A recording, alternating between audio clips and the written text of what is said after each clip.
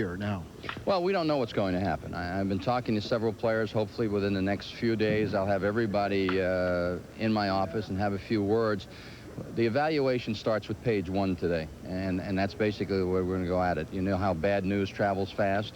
Right now, this is where it starts. I'm going to make decisions at the end of this year, go in and talk to Teddy Simmons, go in and talk to Dow Maxfield, and we'll see what 91 is going to look like at the end of this year. But right now, I'm only going to make judgments on what I see and not what people are trying to tell me. And I think that's the biggest plus. Instead of working for people, you will be working with friends and people that you will have their ear. Well, I think that's true, because you know you're all pulling in the same direction, and that's the most important thing, that you're not segmented and you won't, you know, part of you is going this way and part of you is going that way. I'm not saying we're going to agree on everything, but at least you know that all the people involved know baseball, you respect their ability to make decisions, and we'll just go from there. All right, Joe, let's hope it's 10 years plus, and stay tuned for Cardinal baseball and a new era. Joe Torre, manager.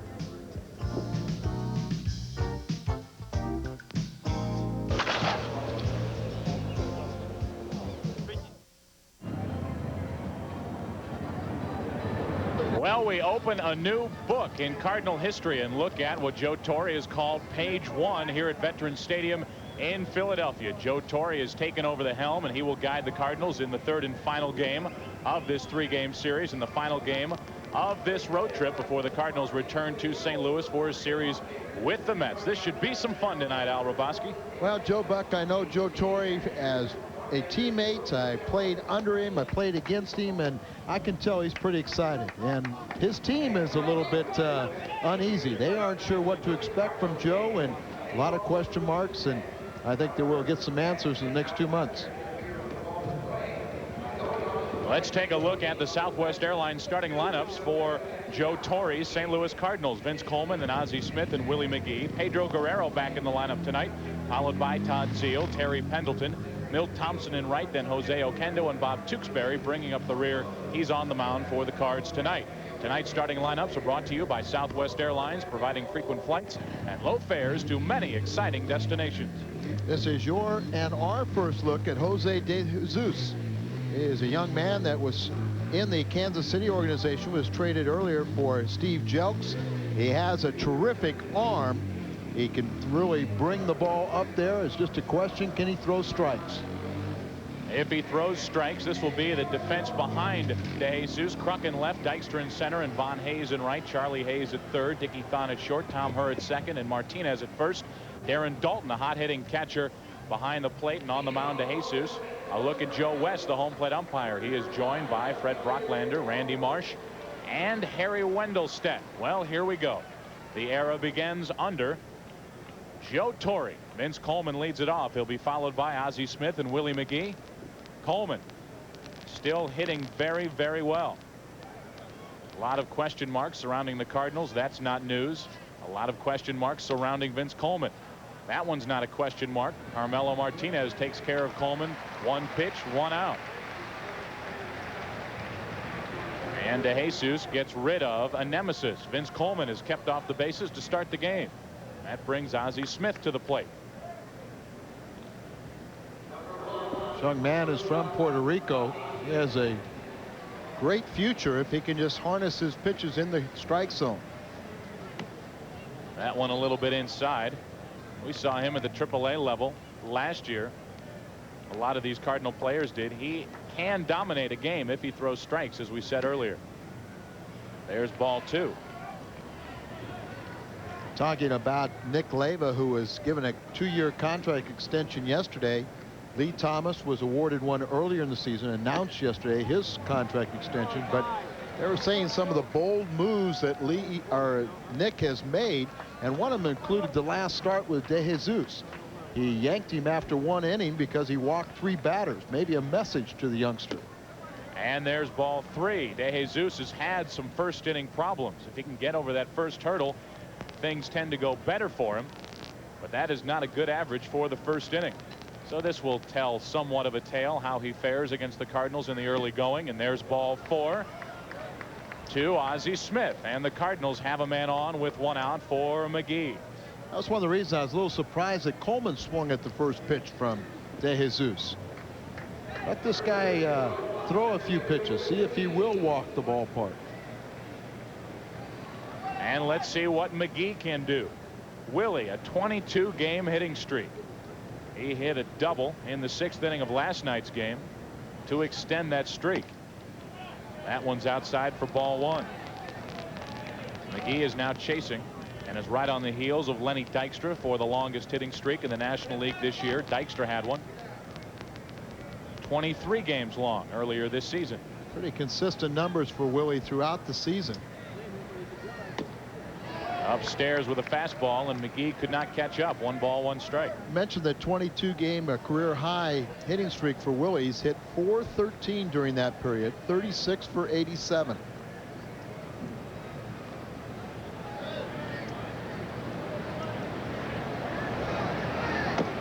Ooh, a little chin music for Willie, and that's ball 2. So this guy is not too different than Ken Hill. He throws hard, he can dominate a game, but the question marks surround his control.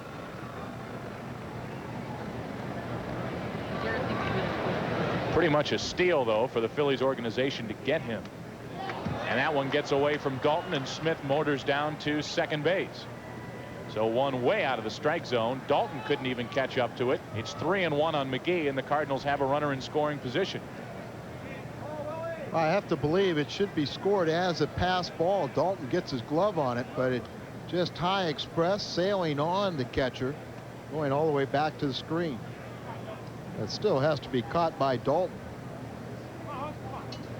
So Ozzie is at second, 1 away, and a 3-ball pitch. Okay. 3-ball, 1 strike count on McGee.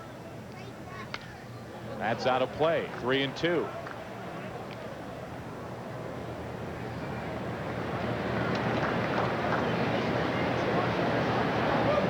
Guerrero to follow McGee, and then Zeal. Cardinals trying to get Joe Torre a 1st inning lead, have a man in scoring position. A telltale pitch to McGee coming here. Low, ball 4, back-to-back walks to Ozzie Smith and Willie McGee. Al, tell us a little bit more about this pitcher, Jose De Jesus.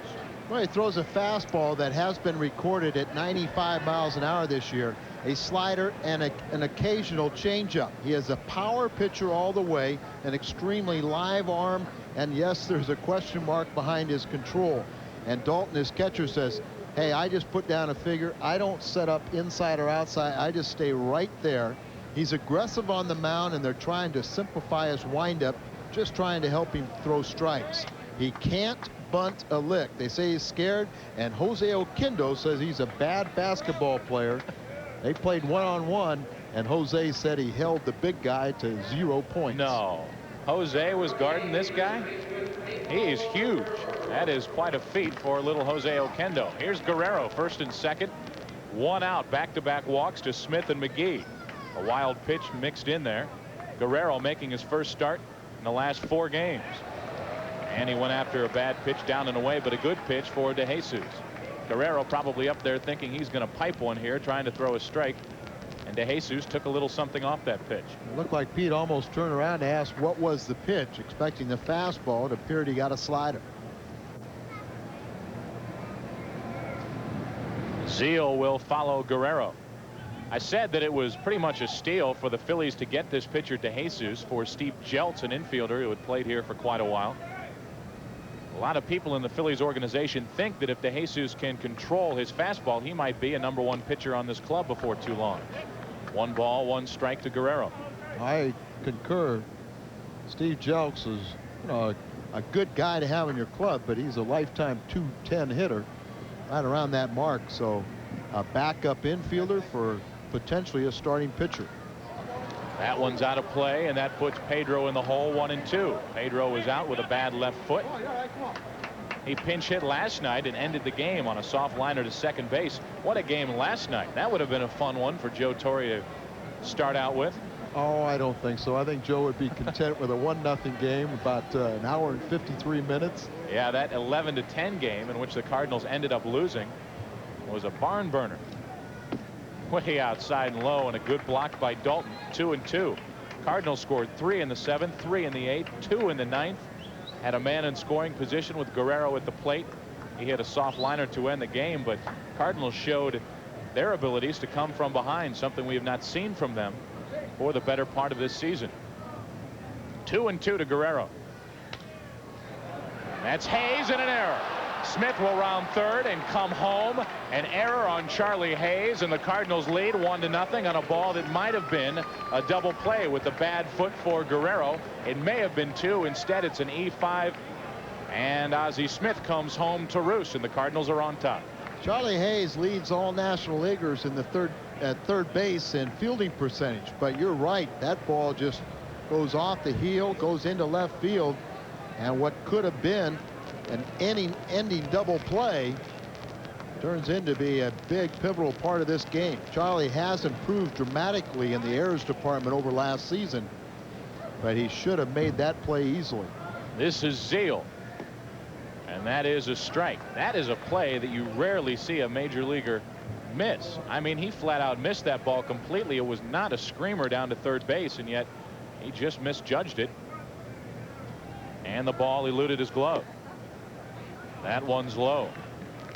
You know, something could be said if we look at the numbers of Todd Zeal, but when you have a pitcher on the mound that starts walking people, your defense starts getting back on their heels. They do not anticipate the ball being hit. Zeal tried to lay off. Did he? Yes, he did, says the first base umpire, Fred Brocklander. Well, the pitch is up, off-speed pitch, and it appeared that Zeal got that bat pretty far out there, but Fred Brocklander, his good eyes, said he held up. DeJesus needs a break. He hasn't had one yet. That's ball two. Well, the Cardinals now have scored first in all three of the three games played here at Veterans Stadium. Last night they jumped out to a 1-0 lead, but trailed 5-1 after an inning, and at one point in the sixth trailed 9-2, but came back and ended up losing the game 11-10. Won the first game here 4-2. Todd has hit these Phillies well all season, including a pair of home runs. And there's another walk. 3 walks in the inning. An error in between the second and third walks. Bases loaded, a run already home. Pendleton at the plate, and Nick Leyva has shown that he has a short fuse with his pitcher. If he's wild, as you said earlier, Al Hrabosky, he's not afraid to yank him in the early going. Well, the problem is he knows he cannot continue to go to his bullpen. They have a doubleheader coming up on Monday, and the Pirates coming in for a series over the weekend. Pendleton took a strike, and last night the Phillies used 6 pitchers. The starter Mulholland, then Parrott, Baber, Carmen, Ackerfelds, and McDowell, and they led at one point 9-2 in the 6th inning.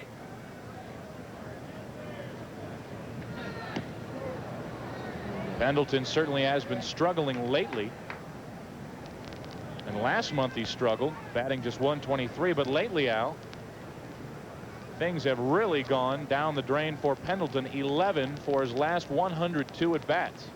I was a little surprised that Red did not take out Terry last night when the score was 9-2 and insert Todd Zeal at third base. Bases are loaded, 1 out. There is ball 2, 2-1. And DeJesus is having another rocky first inning, although the Cardinals have yet to pick up a base hit. He's walked 3. There's been an error behind him. The only out recorded when Coleman swung at the first pitch and grounded out to Martinez at first. Of course, this is one of the Terry Pendleton's favorite situations. The base is loaded. Ball 3. And DeJesus looking a lot like Ken Hill of last night. Ken Hill gave up a leadoff homer to Dykstra, a walk to Dalton, a walk to her. Hayes flied out, a walk to Martinez, a walk to Kruk.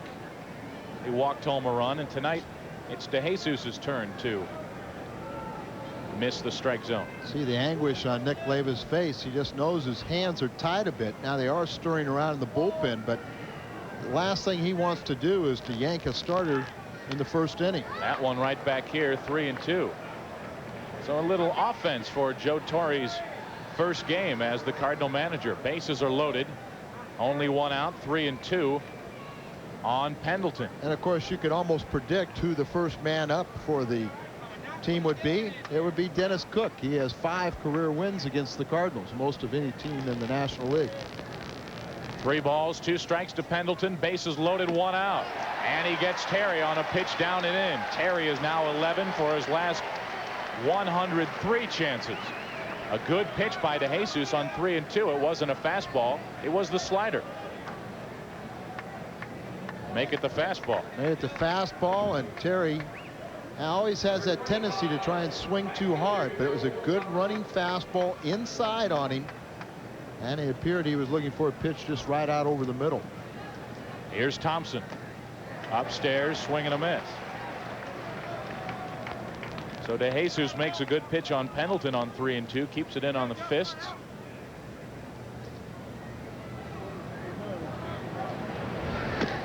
And now gets ahead of Milt Thompson 0-2. The Cardinals might spoil a great scoring chance. They've scored one. So Thompson one strike away from spoiling this opportunity. Weren't you a little surprised that Thompson went up there swinging at the first pitch? Make the guy throw strikes.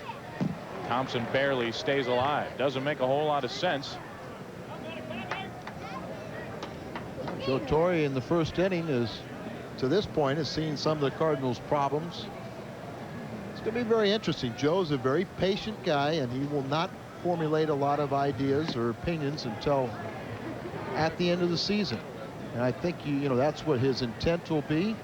He has been told a lot of things about his players, but I think he will determine some of their fates in the future. 1 ball, 2 strikes to Thompson. That's out of play.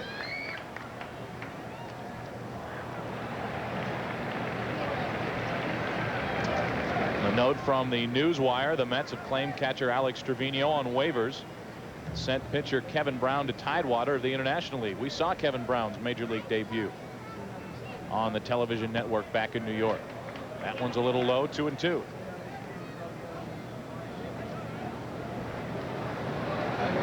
Come on, Milt. Milt had a double last night to drive in his 200th RBI of his career.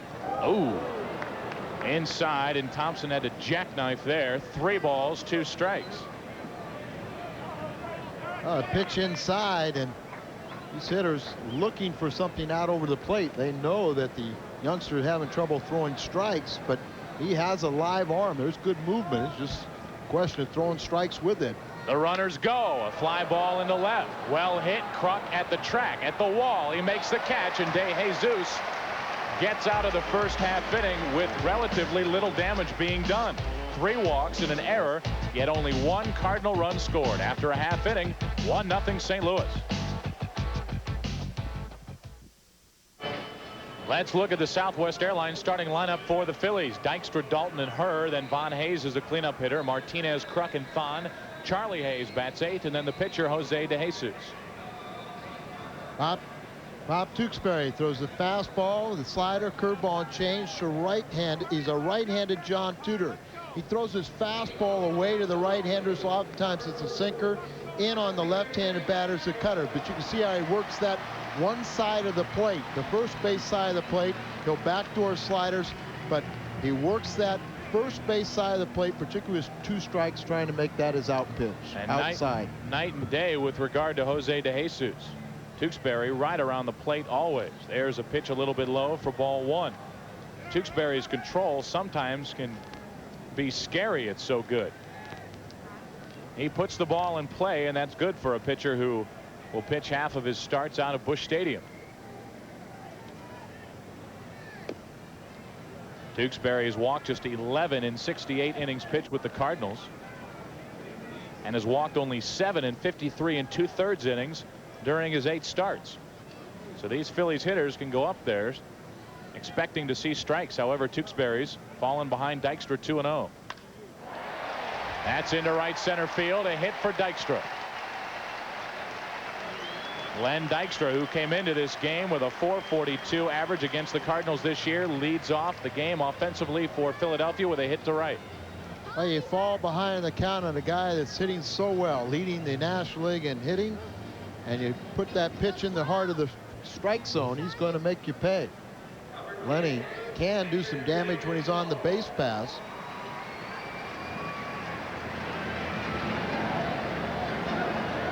.22 stolen bases for Dykstra. He's been caught just 3 times, so a test for Zeal may be coming up. This is Dalton.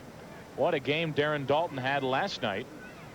Dalton scored 4 times in the game, hit a homer, a double, and a single. And since he's taken over in that number 2 spot, he has been devastating. Tewksbury burns a strike over the plate for an 0-1 count.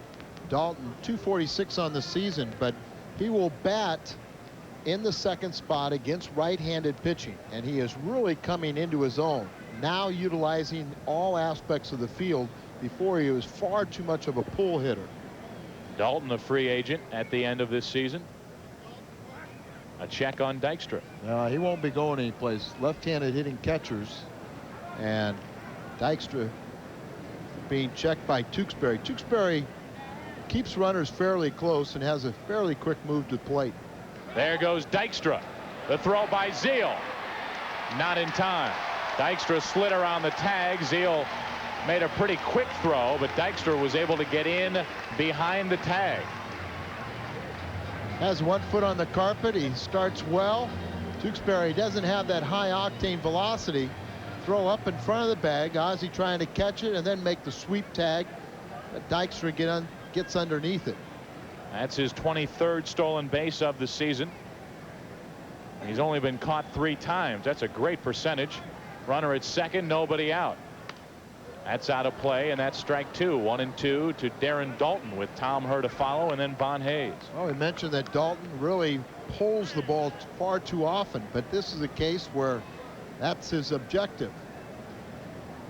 Pull the ball to the right side, get Dykstra to third.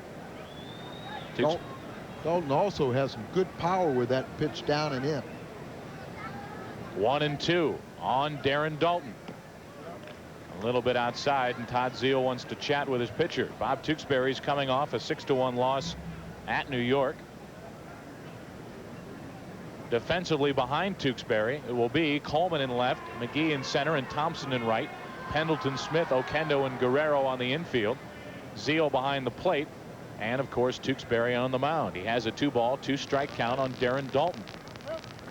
Outfield is deep and straight away for the Phillies catcher. He had him reaching, but Daulton gets a hit. They're going to hold up Dykstra at third. And the first 2 Phillies have reached base via the single. A stolen base by Dykstra in between first and third, nobody out. And these Phillies come roaring back. A little off-speed pitch. Tries to backdoor that breaking ball. Daulton out in front, but reaching and hooks it and pulls it into right field. Dykstra is held up because of the fact that there's nobody out for the Phillies. And Joe Torre studying the situation. Talked to Tewksbury before the game, and he said even though he's made some starts now in succession with the Cardinals, his 9th start overall, he still feels like he has to prove himself, and that is especially true with the new manager Torre in the dugout. Well, I think part of that was the feeling that if Bryn Smith was okay, he's been sent back to St. Louis to have his ailing shoulder examined. Tewksbury felt that he was going to be put into the bullpen. It would be 6 spots, and Joe, I think you and I both agree Tewksbury is not a relief pitcher. He is not, and we have seen that already in his short time with the Cardinals. That's foul, and now Herr's in the hole. No balls, 2 strikes. He didn't make a bad pitch to Daulton, but as we said back in New York, he can make good pitches, but as long as these hitters go up there and don't try to kill the ball, they can make contact with the pitches from Tewksbury and just dump them in, and that's exactly what Daulton just did. I have no problem with Bob Tewksbury as a starter. He knows how to pitch. See if we get a breaking ball here to Tommy Herr. Oh, just missed inside. 1-2. Tommy's hit his former mates to a .327 clip. Herr has always known the strike zone. Doesn't chase many bad pitches. Zeal wanted Tewksbury to shake him off. Now gives him the fastball. High and away. 2-2. First inning fireworks for both clubs. The Cardinals left the bases loaded. They ended up scoring the 1 run, lead 1-0, but that lead is in jeopardy here in the bottom half. First and third, nobody out.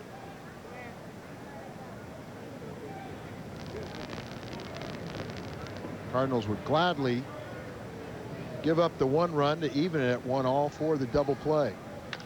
Base hit to right. Dykstra scores and we're tied. Dalton sticks at second base. First and second, nobody out. 3 singles in a row by Dykstra, Dalton, and Her, and we are all even. 1-1 here in the first inning. You know, Bob Tewksbury throws maybe too many strikes, and hitters can get up there saying, hey, I know I'm not going to be pushed off the plate. He's always going to be in and around the strike zone, so I can go up there very confident. Now Mike Rourke's going to go out and talk with not only Todd Zeile but Bob Tewksbury. See if we can get him to change his tempo a little bit. But there is a case to be made about throwing too many strikes. And that relates to one of the bones of contention that Whitey Herzog had, that his pitchers didn't miss enough out of the strike zone to get these hitters worried at all. They weren't backing hitters off the plate. And then you can still make a bad pitch in the strike zone, which is exactly what Tewksbury just did to Her. He grooved one, and Tommy put wood on ball, didn't try to do too much, and picks up the 3rd hit in a row. First and second, still nobody out, and now you get into the powerful part of their lineup. Hayes, Martinez, and Kruk. Joe Torre talking it over with Rich Hacker. Yeah, I was thinking, not only does Joe Torre not know many of his own personnel, but he doesn't know many of the opposition either. Von Hayes, 10 homers, 45 runs batted in. Tewksbury keeps the first pitch away for ball 1. Makes a difference when men are on in front of Von Hayes. This is a pretty good lineup the Phillies can throw at you. They have a lot of guys on base just for the mere fact of the year that Dykstra's having. There's one that catches the outside corner. 1-1. Phillies also have 8 men on their roster that have 30 or more RBIs, and Martinez, the on-deck hitter, is sitting with 28. They're the only team in the National League to have that many. Tewksbury with a 1-ball, 1-strike count on Hayes. Another one into right center field. It will not hang up. Drops in front of McGee. Bases are loaded. Still nobody out. 4 singles in a row. And Tewksbury can't get anybody out here at the vet.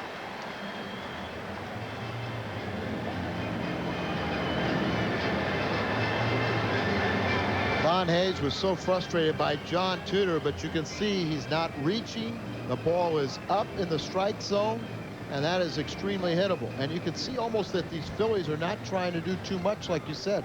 Very short, disciplined, compact swings, not going out there and trying to be too aggressive. That was a smooth swing, to say the least, by Von Hayes. Joe Buck and Al Hrabosky along with you from Veterans Stadium in Philadelphia.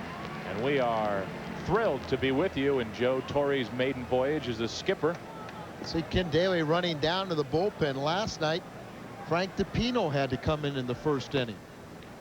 Where was that pitch?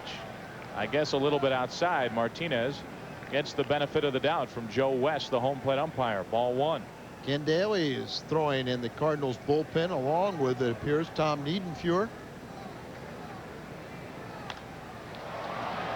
That one will hang up for Coleman and will probably not get a run home. It's Dalton at third, and they stop him as Coleman returns the ball to the infield. So Bob Tewksbury gets rid of one threat in Martinez and now has to deal with John Kruk. But that's a big out. Now a double play ball can get him out of the inning, and we are still tied at 1-1. You know, Joe, you mentioned that Tewksbury feels that even though he's made 8 previous starts, that he has to prove himself every time he takes them out. Well, that's very appropriate. He does. But he also is not the type of pitcher that you can put that much pressure on yourself. He has to look at it and say, I don't have to make this ball club 91 with today's start. I've got the next 2 months to do so. This is Kruk. That's strike 1. Tewksbury gets ahead of the Philadelphia left fielder. Solid averages all the way through their lineup, as you said, Al. Well, this is a good offensive ball club. Their pitchers started out well early in the season. That's why they got off to a good start. Surprised a lot of people where they were playing. Leveled off a bit, but they are playing .500 baseball, 50 and 50 in their first 100 games. John Kruk at the plate, and he could put the Phillies on top. We're tied 1-1. They have the bases loaded, and Tewksbury moves a hitter off the plate. Nice to see that. You know, Tewksbury, for somebody that doesn't throw hard, he gets a lot of outs with fastballs inside, but most of the time those are to the right-handed batters. 1-1 on Kruk. A base hit to right. Here comes Dalton. They're going to stop her. Everybody going station to station here in the first inning, but the Phillies grab a 2-1 first inning lead on the RBI single by John Kruk. Johnny Kruk can hit. I was amazed that San Diego gave him up so quickly last season, but he is a hitting machine. And Torre finding the first inning a little bit to his disliking. But look at the location once again. Right down the middle. Instead of backdooring the ball or being in on the hands. And now Joe Torre conferring with Mike Rourke. Goes really at the mercy of her an awful lot, and will depend on the coaches. And of course these coaches are debuting to stay also. Everybody trying to impress Joe Torre. Tewksbury hasn't done a good job of it so far. 1-0 now on Dickie Thon. By the way, that hit by Kruk, his fourth of this 3-game series. He's now 4 for 6 in the series. 3 runs batted in and 3 runs scored. He's always been a good hitter against the Cardinals.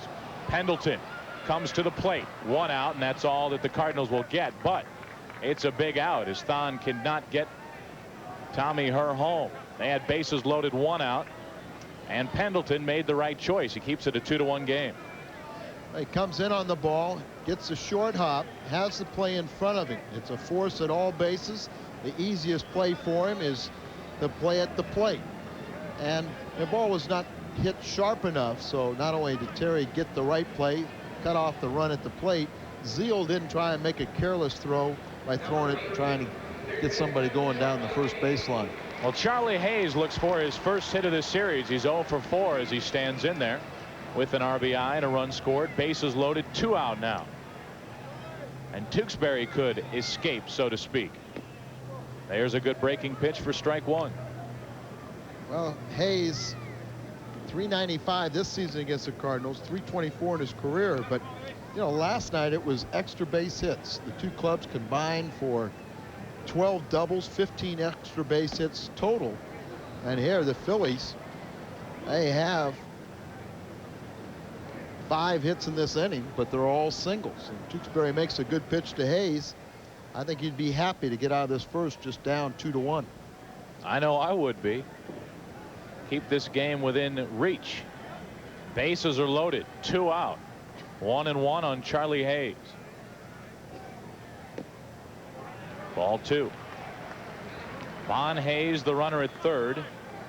John Kruk out at second base, and Dickie Thon runs at first. He just reached on the fielder's choice.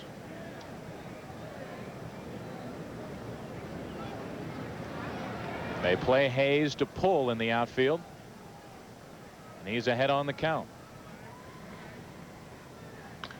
And that will probably end the inning. Out goes Oquendo. He waves everybody off. Well, Tewksbury escapes, as did Jose De Jesus. And after 1 inning, base runners left all over the place. It's 2-1 Philadelphia.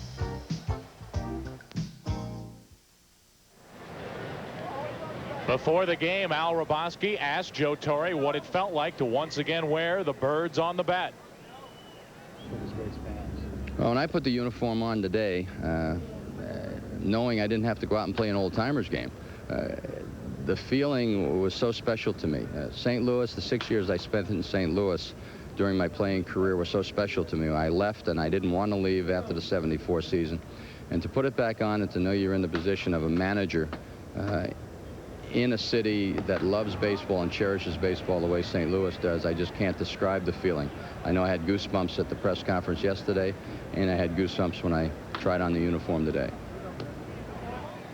There's a strike to Oquendo. 1 ball, 1 strike, and it kind of gives us goosebumps up here in the press box to see Joe Torre once again in a Cardinal uniform. This is going to be an exciting month or so to see how he fares in his first month as the Cardinal manager. It should be some fun. Well, I think there's going to be a little bit of experimentation. He really will get a good look at the potential free agents, the team that he has now in the month of August. And then it'll be doubly fun watching some of the youngsters come up in September. There's a strike, and it's 2 balls, 2 strikes now on Oquendo. Jose trying to get on to start the second inning. Cardinals trailing by a run. There's ball 3. DeJesus walked 3 in the first inning, had an error behind him. The Cardinals left the bases loaded and scored just the 1 run. That's back here and out of play. Mentioned that DeJesus and Jose Oquendo went one-on-one in basketball. Well, DeJesus is 6'5", and Jose said he held him to 0 points. He said, I was a little bit, I played hard and aggressive, and he said I had made sure I had about 6 of my buddies surrounding the court in case we got in a fight. 3-2. Ball 4. Let's pause 15 seconds for station identification. This is the Cardinal. Excuse me, they had the count incorrect. Yes, it was. All right. They're trying to mess us up here. It is ball 4 to Oquendo. He reaches to start the inning. Once again, let's pause 15 seconds for station identification. This is the Cardinal Television Network. This is KLJB TV Davenport.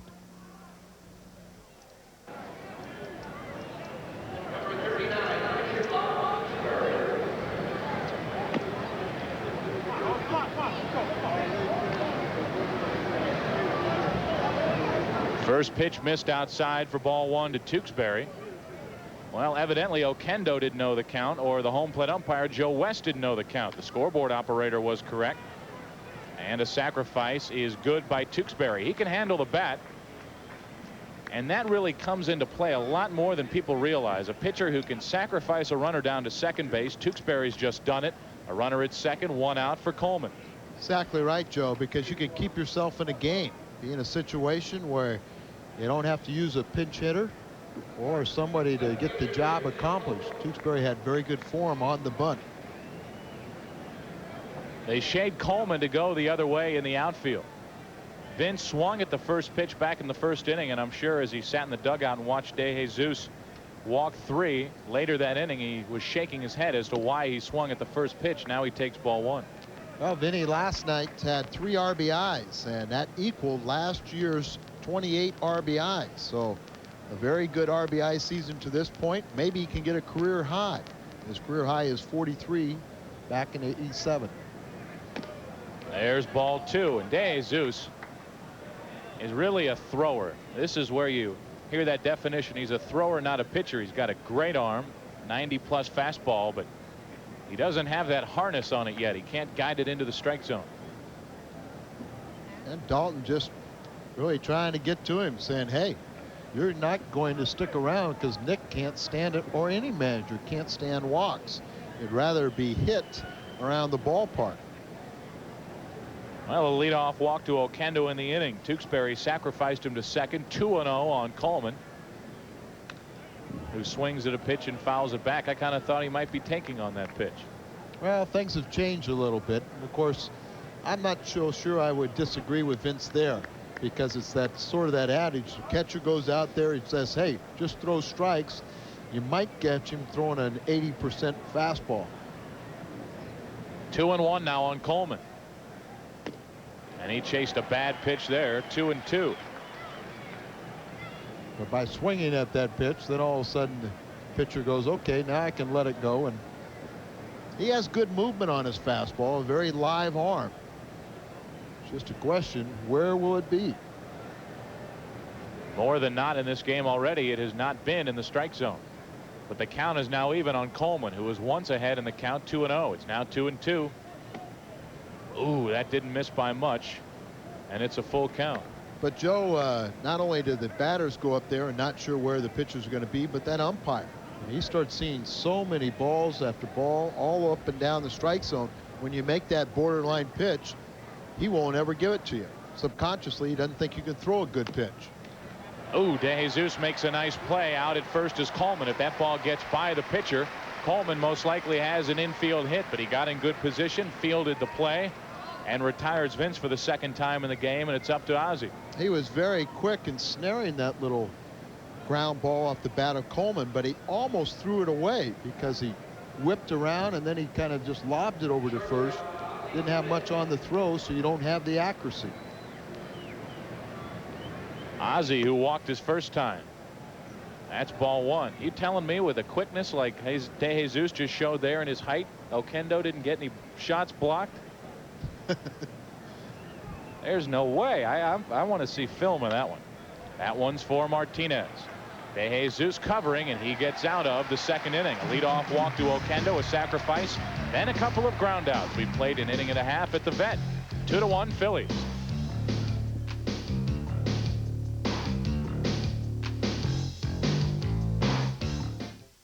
Sitting in an unfamiliar setting down in the Cardinal dugout. It's orientation time for the new skipper.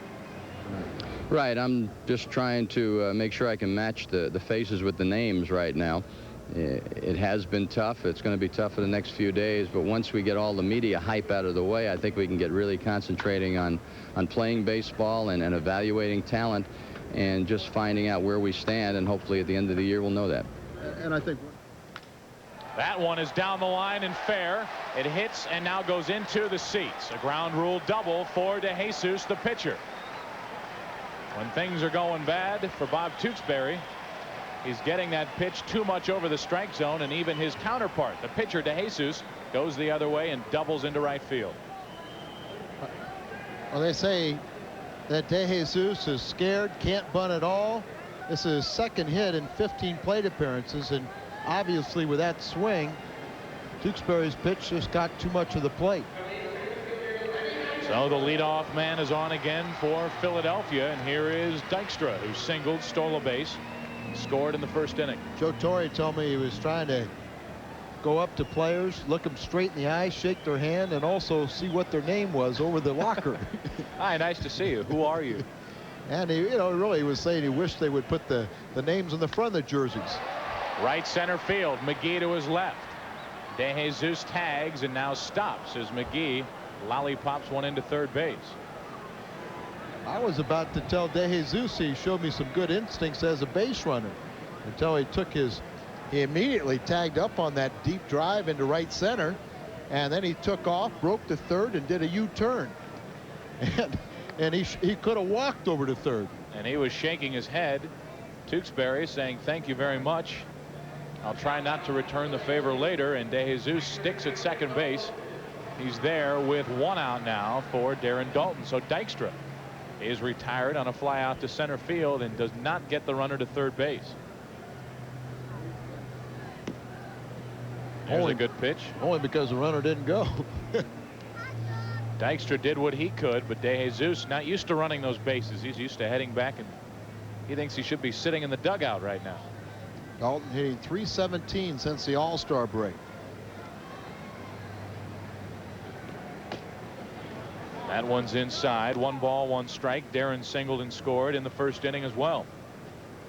He scored 4 runs, a career high in last night's ball game. And has already scored a run in his only at bat and trip to the plate in this game.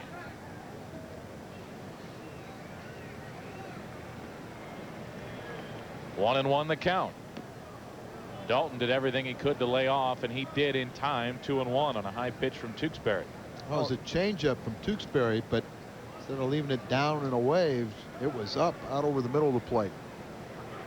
Well, an interesting note that's come over the wire about the Cubs, and we'll tell you about that as Daulton bats. A runner at second and 1 away.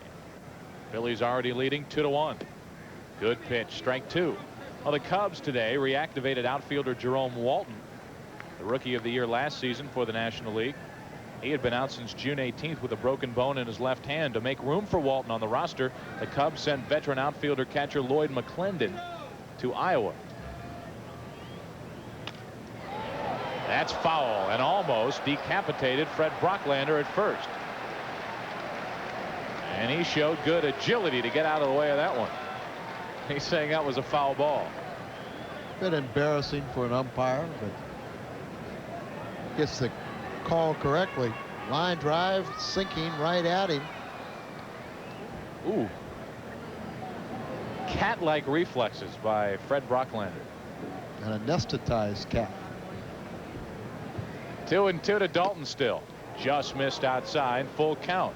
Hurd coming up, and then Von Hayes. You want to get this hitter. But he is a tough one to retire these days.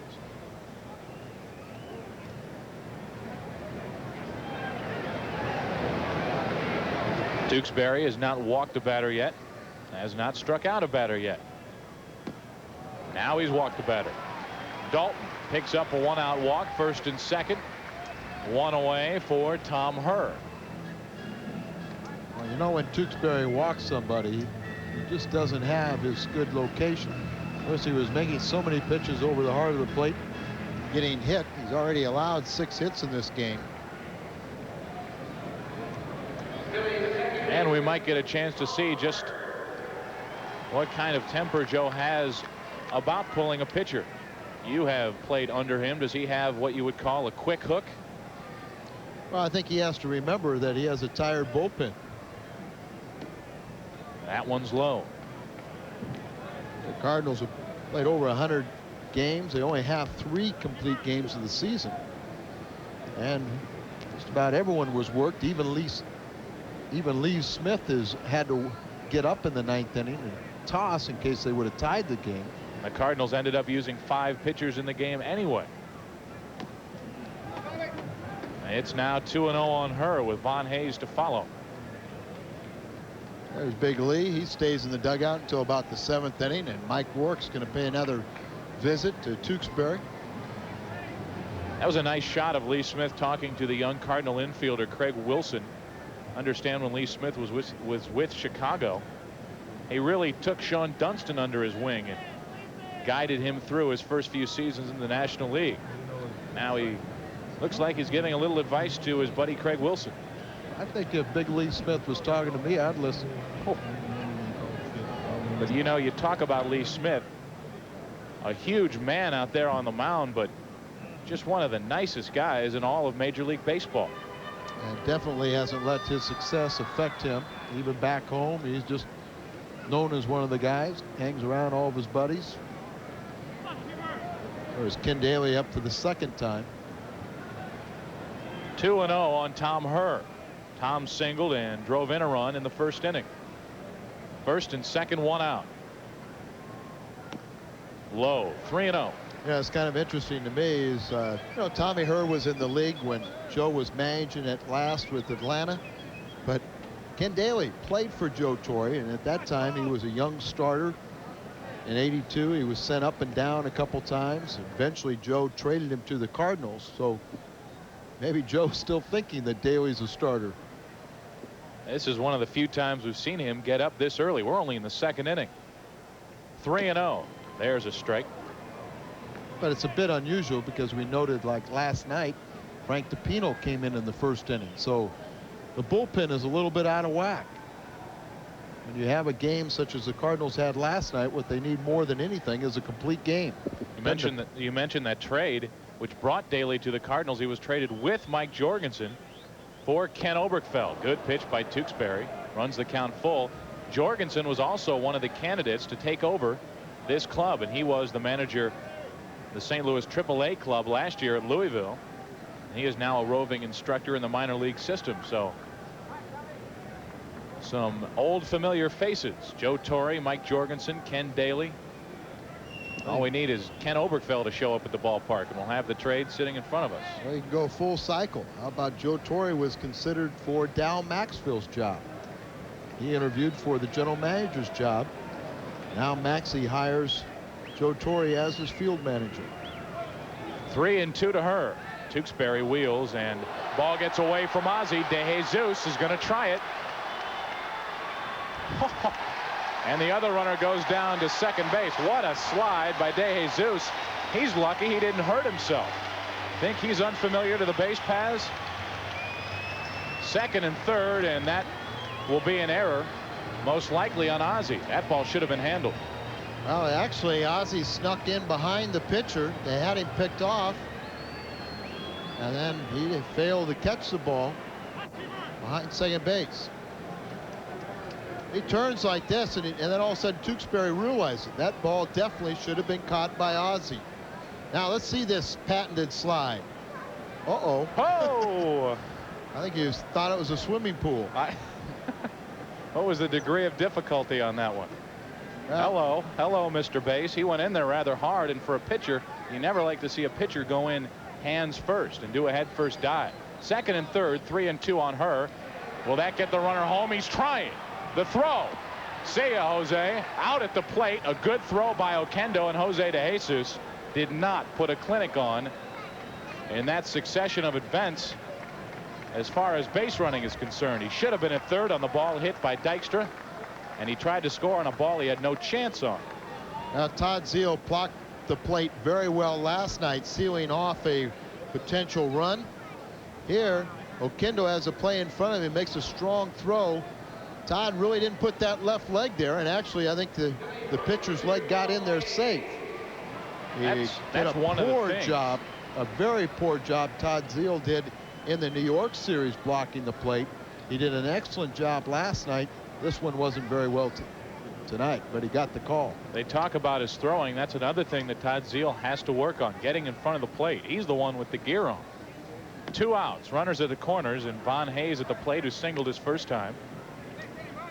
But you know, a catcher, that's when a catcher can get hurt, when he's shying away and doesn't have his momentum leaning into the runner. Todd Zeile is lucky that he has not been hurt so far, and he was lucky that he got the call on that play at the plate. Joe West, the home plate umpire. There's one for McGee. Bob Tewksbury gets out of another jam. He did it in the first. He does it again here in the second inning. And through the first 2 innings, the Phillies have left 5 runners on. We go to the third, still 2-1 Philadelphia.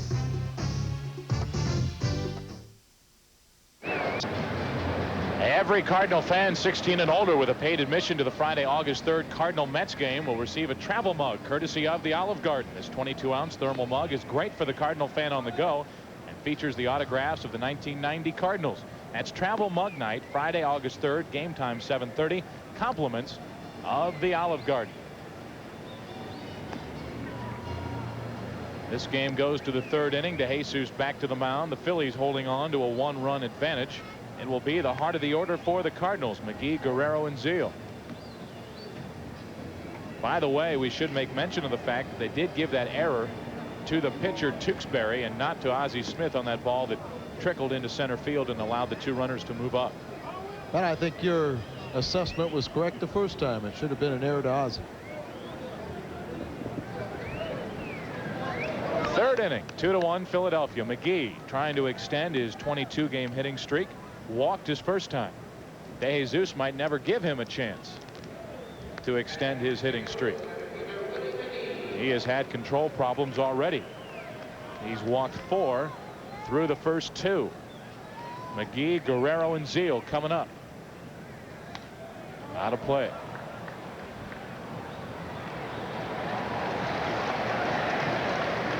Yeah, Willie hit in 22 straight games. There also is another 22 game hitting streak on the line. Brian Harper, a former Cardinal and now playing with the Twins, has a 22 game streak. 1 ball, 1 strike to McGee. Unbelievable to think of Brian Harper and the success that he is having with Minnesota. It's great to see. He was a terrific guy and actually came to the Cardinals with John Tudor for George Hendrick. There's a trade for you. John Tudor and George Hendrick from the Pirates. Well, look at talking about trades. How about the Willie McGee trade? Is that Bob Sykes? That one will go down in Yankee history as one of the worst. It's now 3-1 on McGee. Excuse me, it was John Tudor and Brian Harper for George Hendrick. There was The another. Pirates and the Cardinals making a deal back in the early 80s. McGee with a 3-ball, 1 strike count leading off the third inning. Martinez gives way to Herr. 1 out. McGee got down the line quickly, but Tom Herr gets his man. And McGee's now 0 for 1 as he makes his bid for his 23rd game in a row with a base hit. Good communication that time by the right side of the infield. Martinez laid off, went to the bag, and Tom Herr handled the ground ball and threw out a very fast Willie McGee streaking down the baseline. Guerrero was trying to tie the game up, swing and a miss. Pedro reached on the error by the third baseman Charlie Hayes back in the first inning.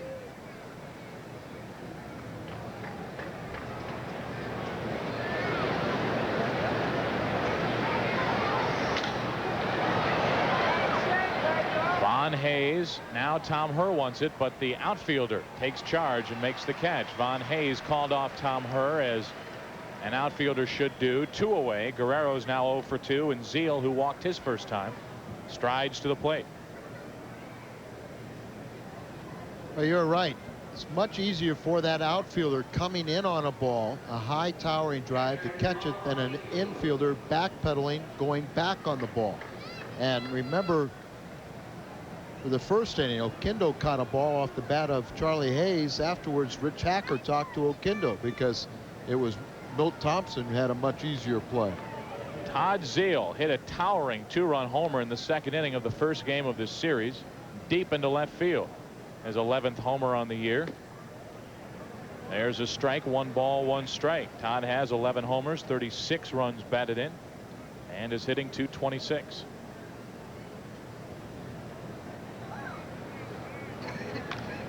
Into the Phillies dugout, and look out. Zeal crushed that ball, Al Hrabosky. It was right to the left of that clock on the facing. That is a pretty good blast. That's maybe the longest ball we've seen Todd Zeal hit at the major league level. He's now in the hole, 1-2. And DeJesus makes a good pitch and gets Zeal to go after a low delivery, and picks up his second strikeout. Down go the Cardinals for the first time in the game. 1-2-3. Bottom of the third coming up. 2-1 Phils. Planning a trip to Florida? Be sure to visit Shamu at SeaWorld in Orlando. Owned by Anheuser-Busch, SeaWorld presents family entertainment for the young and the young at heart.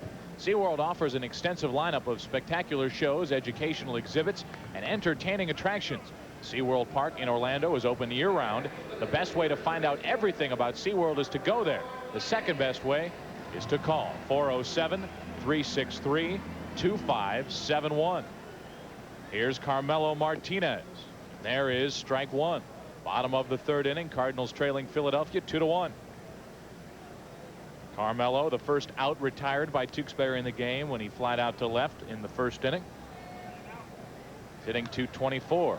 That one's backing out of play for strike 2.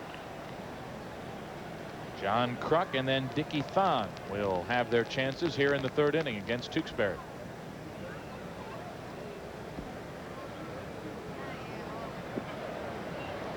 Tewksbury in his spare time is a terrific artist.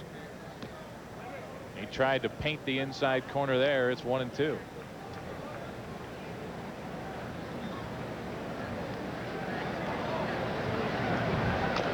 Oh, he had Martinez reaching there. Some of Tewksbury's work actually hangs in the Cardinals clubhouse back at Busch Stadium. There's some of it. That's Buddy Bates and Bob Tewksbury's view of the Cardinal clubhouse.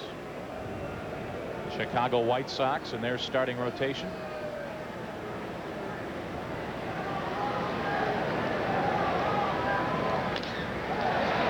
Oquendo, what a play. He went up high, timed his jump perfectly, and records an out on a line drive by Martinez. Now, can you see that leaping ability, that vertical jump? You know he's a basketball player. There you go. Here he goes up to swat DeJesus's jump shot.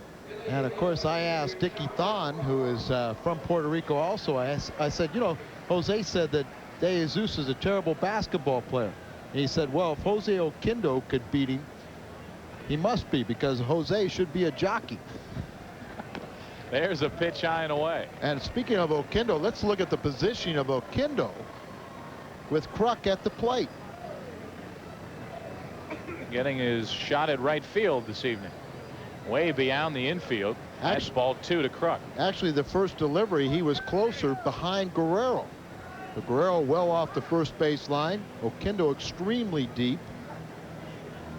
And there's a perfect example of something that Joe Torre, I'm sure, is just observing. Somebody has told Oquendo to play there because Joe Torre not only unfamiliar with Oquendo, but unfamiliar with John Kruk.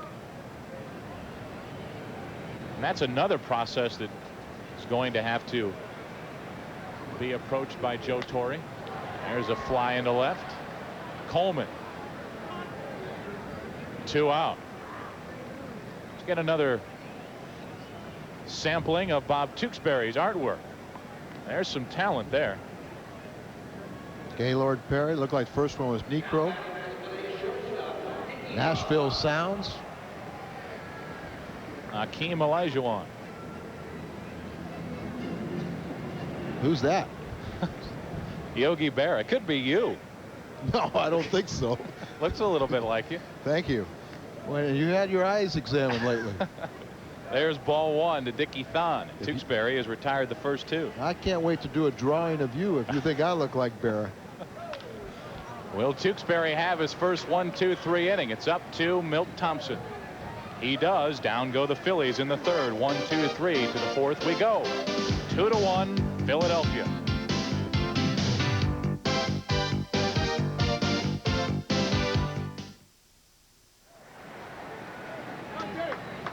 Well, what kind of manager is Joe Torre? Everyone wants to know. So let's ask him. Well, that's going to be tough. I feel I'm a very aggressive type manager.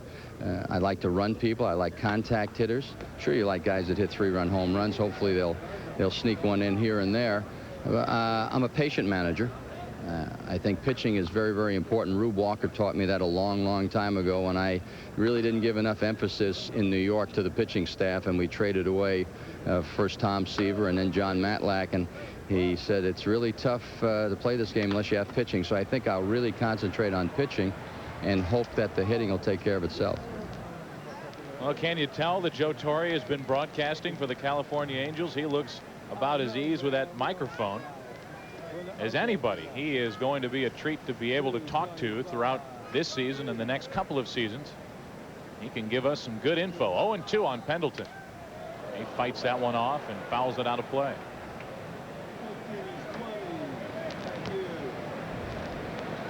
You know, I think for the potential free agents, having Joe Torre here gives them a new chance. There has been evaluations done extensively on all these players, but now Joe starting a fresh look that he can maybe change the minds of the organization. And I think that's one of the distinct advantages of Dow Maxville hiring the best man available, but also a close friend, a confidant, an ally that he can maybe change his mind. There's a base hit for Pendleton. All right, Terry, a leadoff hit to right here in the fourth inning with the Cardinals down by a run. The first Cardinal hit of the evening. And for Terry Pendleton, who has been struggling, well, those are hard to come by for the Cardinal third baseman. Well, you know, it was a more controlled swing. He wasn't making that vicious uppercut trying to lift the ball. Here he stayed within himself, and when Terry swings at strikes that are in the strike zone, doesn't try and go for that high pitch, he hits much better.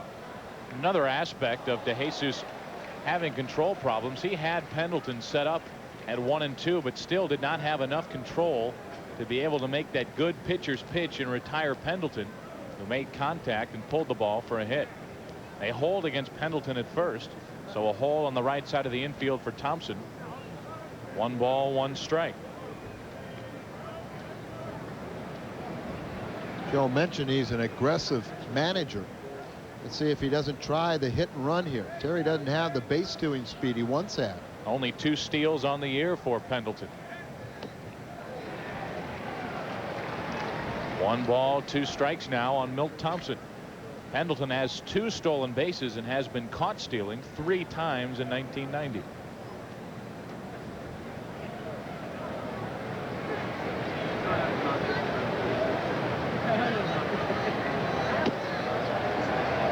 That evens the count at 2-2.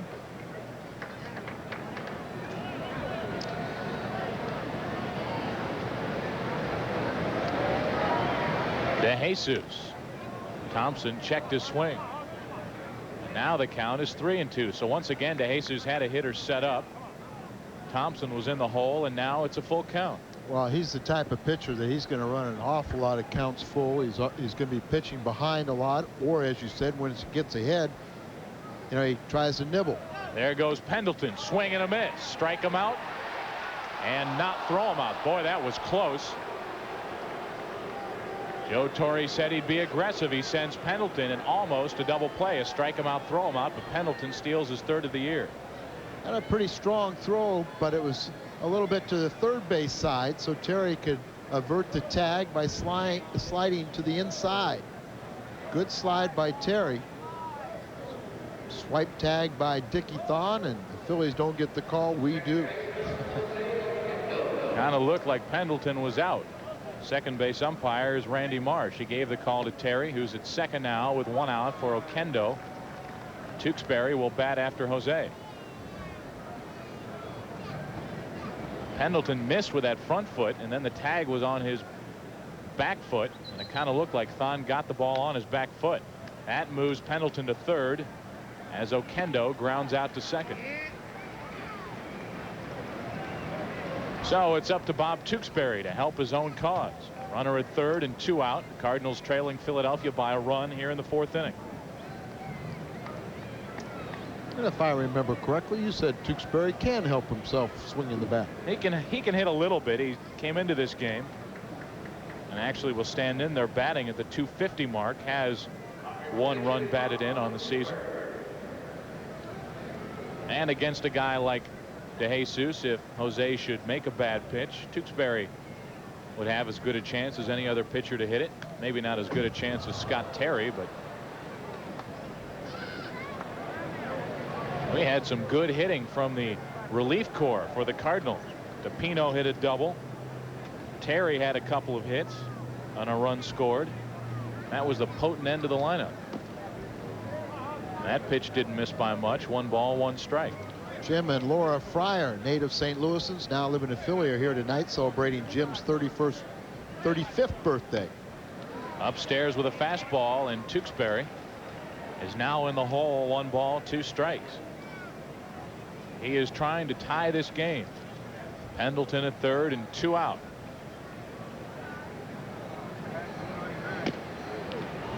Borderline pitch, and DeJesus does not get the call. 2-2.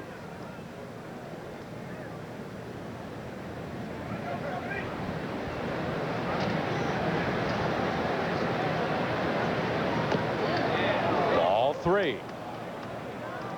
Well, you just mentioned it. Even though DeJesus has not walked a man since the leadoff man in the 2nd, he will not get borderline pitches because of his 4 walks tonight. 3-2. Ball 4, and that gives Coleman a chance here in the 4th inning. And that goes back to the point that we made earlier. DeJesus was ahead of Tewksbury, 1-2, and could not slam the door on his counterpart. Ends up walking him and gives one of the hottest hitters on the Cardinals club a chance to drive home a run and tie the game. Mention how hot Coleman is in his last 9 games. 16 for 36. 444 coming in tonight's action. 5 walks in the game now for DeJesus. And only 1 Cardinal hit, and that's Pendleton out at third base. First and third, 2 out.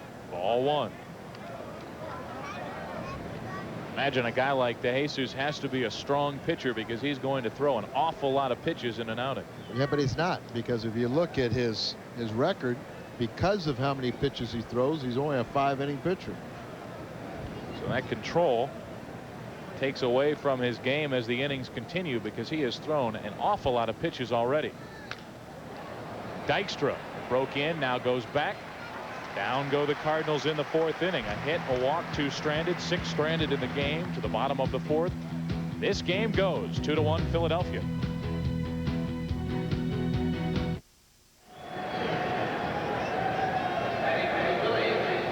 Charlie Hayes will start it off for Philadelphia. They lead the Cardinals by a run as we move to the bottom of the 4th inning. Hayes, then the pitcher, and then Lenny Dykstra. Charlie, his first time, popped out to end that long 1st inning. That's strike 1. This Philadelphia club with a record of 50-50 in 4th place and 9 games out of 1st. Everybody in the East trailing the Mets, including Pittsburgh and Montreal. Pirates are hanging tough. There's a chance for Ozzie. Makes a nice stop on a 1-hopper. 1 out. That ball will eat a lot of shortstops up, but not Ozzie Smith. The veteran knows how to play that kind of a shot. 10 Gold Gloves. Ball coming right at him, stays down on it, then comes up as he gets the carom. A matter of throwing across the diamond. Well, here is DeJesus. Jose doubled his first time, but was thrown out at the plate. Now he's going to be thrown out by Pendleton. 2 away in the 4th. Tewksbury on his way to an easy 4th inning. I say that, and then I look down in the on-deck circle and see Lenny Dykstra coming to the plate, so he still has his work cut out for him. Well, Tewksbury, you know, we saw him pitch the first game of the doubleheader in New York on Thursday, so you know, having a little more rest, maybe not uncommon for him to struggle in the first inning. Pitchers are patterns of creatures of habit. You see in April and May the 5.65 ERA, but a lot of that was because he was in the bullpen. Since then, he's pitched very well. He's been in the starting rotation. Dykstra's 1 for 2. He takes a pitch low for ball 1.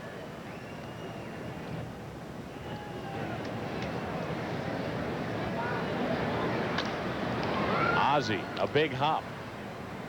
Double pumps and gets his man. Down go the Phillies in the 4th. 1-2-3. Back-to-back 1-2-3 innings for Tewksbury. The 5th inning coming up. Philadelphia on top 2-1. Joe Torre and Dal Maxville are old pals, and let's listen to Joe Torre about that relationship. Well, it's going to work as we work together well. We did in Atlanta, we did in New York.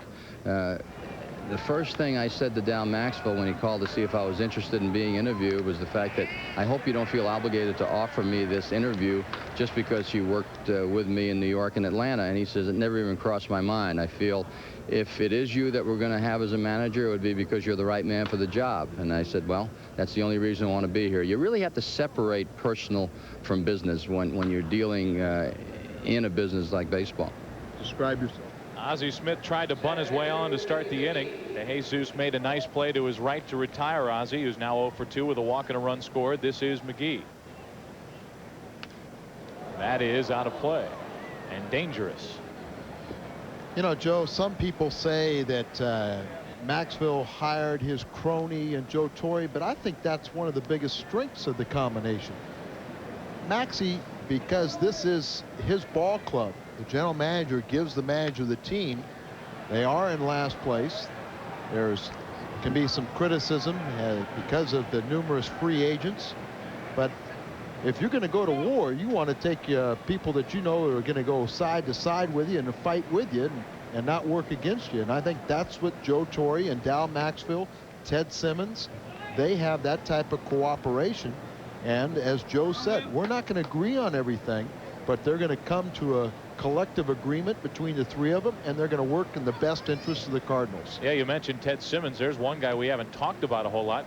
Kind of a triumvirate forming in the front office with the Cardinals. Ted Simmons, the director of player development, he loves his job, and I can attest to the fact that the young players in the minor league system really enjoy having Ted Simmons at the head of the operation. He's doing a great job. And let me just tell you something a little bit about Joe's background, Joe Torre's background with Atlanta. That is not the scenario he had in Atlanta. The minor leagues worked against the major leagues, and Ted Turner worked against both of them. You know, I mean, it was not the structure that we have in St. Louis. McGee stays alive at the plate. 3 balls, 2 strikes. And I guess the simple question is, right here in Philadelphia, when Lee Thomas was hired as general manager, well, why did Lee Thomas go out and hire Nick Leva? Because he felt that he could communicate, he could work with Nick Leva. It was going to be a winning combination, and it has worked. The count remains 3 balls, 2 strikes on McGee. 1 out, bases empty. 5th inning, 2-1 Philadelphia. This pitcher has settled down somewhat, DeJesus. He's worn himself down. Yeah. Not so wild anymore. Not throwing as hard, but he's in the strike zone now. McGee may have chased ball 4 there, but stays alive, and McGee really battling DeJesus. Once again, we mentioned the fact that McGee trying to extend that hitting streak to 23 games, and if he could do it, that would tie Lenny Dykstra for the longest hitting streak in the National League this year. All right, Joe, get ready. Here's number 23 right here. Either that or a walk. That's my prediction. How about a strikeout? Let's pause 15 seconds for station identification. This is the Cardinal Television Network. This is KLJB TV Davenport.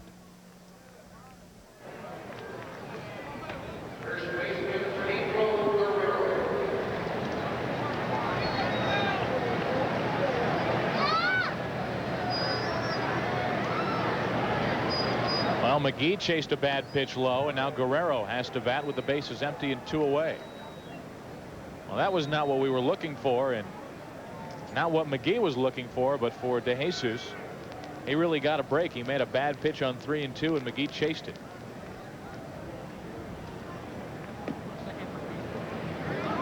One ball, one strike to Guerrero. The Cardinal hitters now are seeing a few more sliders, a few more off-speed pitches from the Phillies pitcher. Well, you know, we talked about earlier the fact that DeJesus came over from the Royals organization for Steve Jeltz.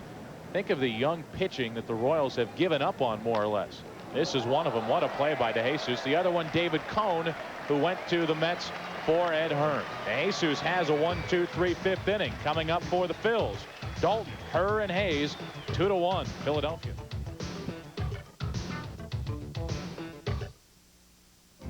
Redbird Replay is brought to you by Shelter Insurance. Personal service is our policy. August 22nd, 1982. 12th inning, tied at 4 with the Giants. St. Louis Swiftie Glenn Brummer on third. Check. Brummer stealing home. He is safe, and the Cardinals win. Redbird Replay is brought to you by Shelter Insurance. Personal service is our policy. Let's look at the Lincoln Mercury scoreboard in the National League. New York won, Pittsburgh won, so they keep pace. San Diego leading at Cincinnati. Los Angeles will be at San Francisco. They'll be eyeing that Reds game. And in the second inning, Atlanta and Houston scoreless. This scoreboard is brought to you by your Lincoln Mercury dealers. Nothing moves you like a Mercury. That's Dalton. That's a deep one into right. That is off the wall. Thompson returns it, and he holds Darren Dalton to a single. A good play by Milt Thompson in right field. He played it well off the wall. A very long single for the Philadelphia catcher. I mentioned Dalton has good power, likes to pull pitches. That pitch is up, inner half, got the bat head out, got out there quick enough that Thompson didn't have a chance but other to play it off the wall, and holds Dalton, who runs very well for a catcher, to a long single. Dalton stole a base, as a matter of fact, last night, his second of the year. He's on at first. Guerrero holds against Darren Dalton, and Tom Herr steps to the plate. Herr is 1 for 2. He singled and drove home a run in the first inning. Reached on a fielder's choice in the second inning.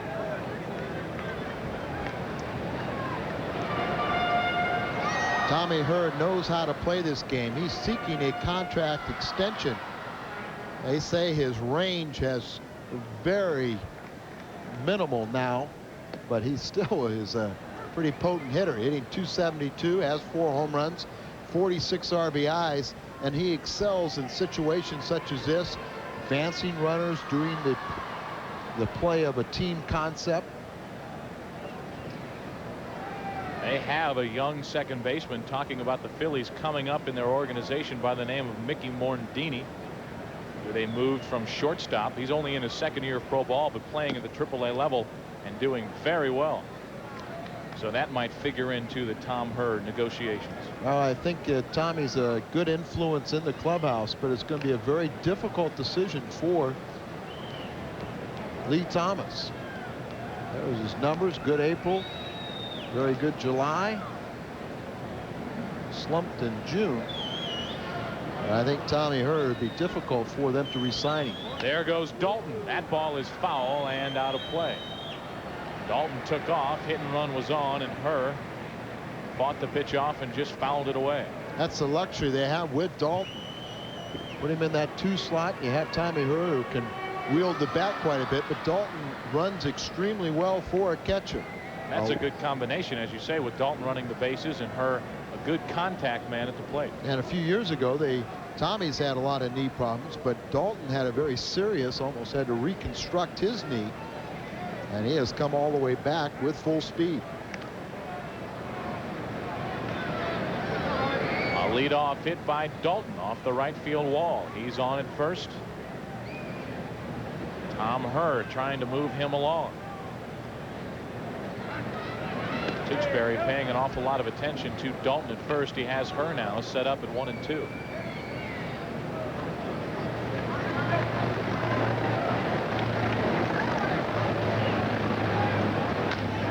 There's a base hit into right field. Dalton will hold at second base. Back-to-back singles by Dalton and Hrabosky. And the Phillies coming on strong here in the 5th inning. Tommy's just that consummate pro that with Guerrero holding the runner on and a pitch in the inner half, he knew he could pull it in the hole. Kendo dives for it, but he didn't have a chance at all. Tom Hrabosky just picked up his 2nd hit of the game and his 4th hit of the series in 10 attempts. So he continues to hit the Cardinals well. 1st and 2nd, nobody out. Von Hayes 1 for 2 at the plate. Double play ball. Smith, Oquendo, Guerrero. Big double play for Bob Tewksbury. Score at 6-4-3. Here come the Boo Birds. Boy, they really jump on the back of Von Hayes here in the city of brotherly love.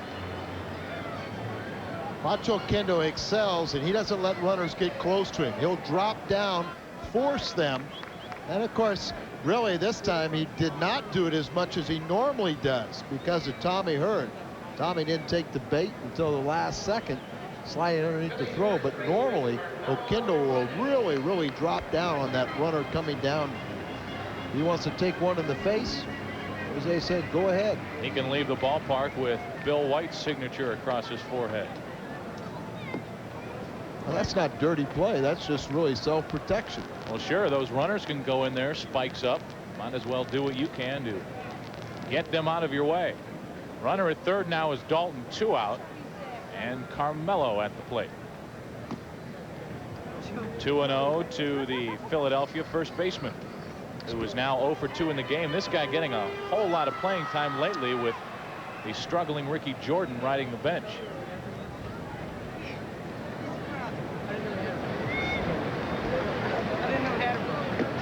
Good pitch by Tewksbury. 2-1.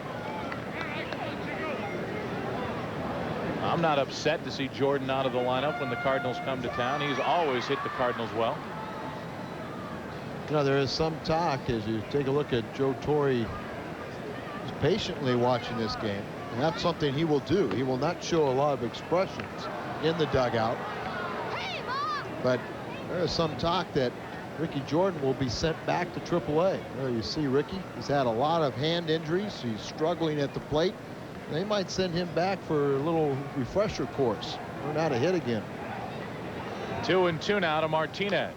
That's out of play. And you know, Joe, last night when we were at the ballpark here, there were rumors flying that the Phillies were going to make a trade and acquire Atlanta Braves slugger Dale Murphy. There's a lot of talk that the Phillies were going to give up either McDowell or Parrott. Kruk was possibly involved, but talking with Nick today, he said that that is dead in the water. Let's see if Tewksbury can make Martinez dead in the water. He does. A cue shot to first. Guerrero will handle it himself. And Tewksbury pitches around the back-to-back singles to start the inning. We've played 5 here at the Vet. The Phillies still leading 2-1.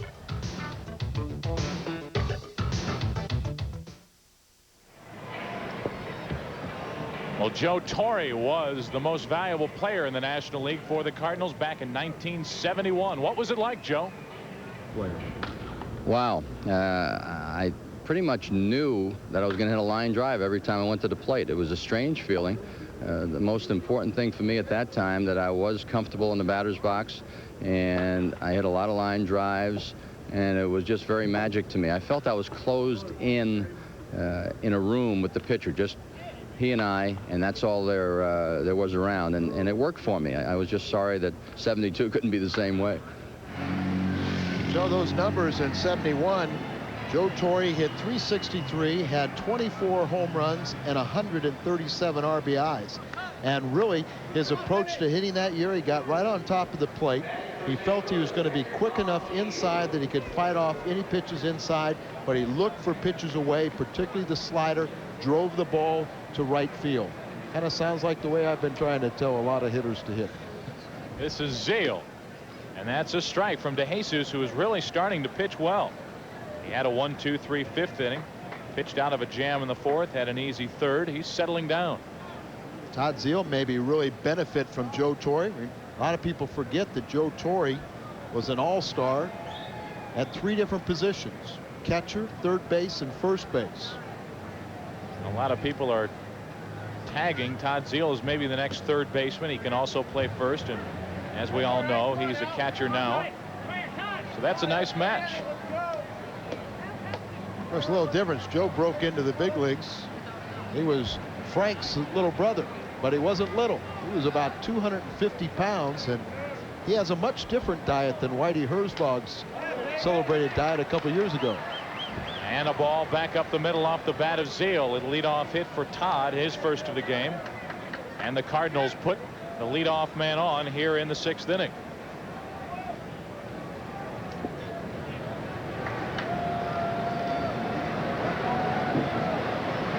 Now that approach like Joe Torre, you either get on top of the plate, you try and take balls up the middle or the opposite field.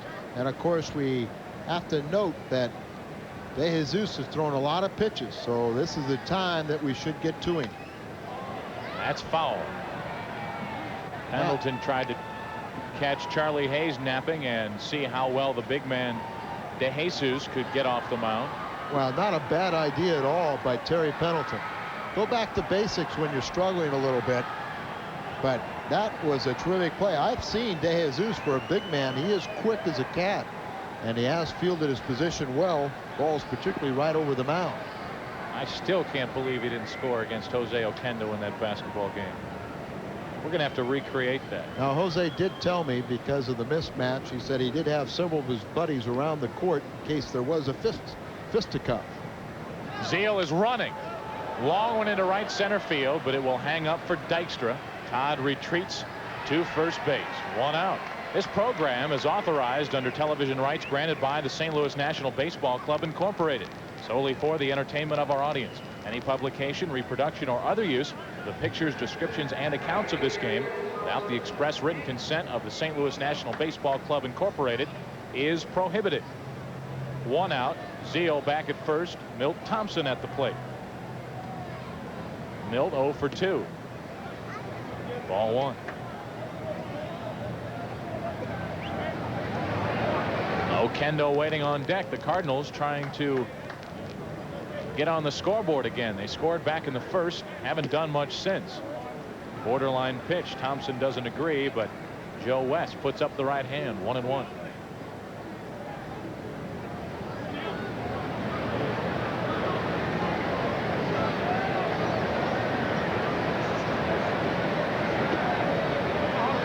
Two and 1. And Al, I think this might be the time when we start to see DeJesus begin to tire a little bit because of the high number of pitches that he has thrown, and we're only in the 6th inning. Well, that was my case in point. Now the bullpen is active for the Phillies.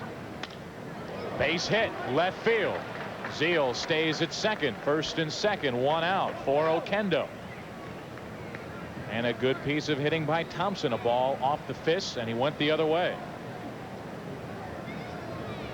Well, Milt is a high ball hitter, and he has success when he goes to the opposite field. Fought that pitch off, muscled into left field with a slicing drive. Now Daly is back up as Tewksbury is the on-deck hitter. But it's up to Oquendo to make something happen. Let's see if he can move the runners along. Zeal at second, Thompson at first, 1 out. That's out of play. Strike 1. Phillies have out hit the Cardinals 8-3. Each team has an error. And the Phillies are leading here in the 6th inning, 2-1. All the scoring in this game in the first inning when both clubs missed golden opportunities. And each team left the bases loaded in the first inning. Cardinals could only manage 1 in the inning, and the Phillies only got 2. That one might drop. That ball does drop, and Zeal will have to go just from second to third. The bases are loaded. Not for Tewksbury. He is lifted, and the Cardinals will go to the bench. So let's see who Joe Torre calls on. He calls on the veteran Denny Walling. Philadelphia has a lefty up in their bullpen, and that might be it for DeJesus. Nick is itching to get out of that dugout. You're just waiting for the announcement. So DeJesus will be lifted here with the bases loaded and 1 out. Nick, more important to try and gain victories than confidence for youngsters. It appears he will go to Dennis Cook out in the Phillies pen.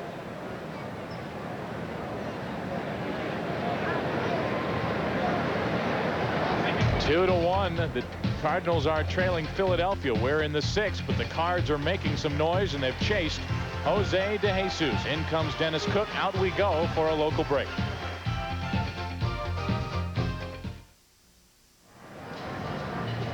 Photo set night returns for the 3rd consecutive year on Tuesday, August 14th, when the Cincinnati Reds come to town for a 7:35 game. All fans age 15 and under with a paid admission will receive a colorful player photo set featuring action shots of the players.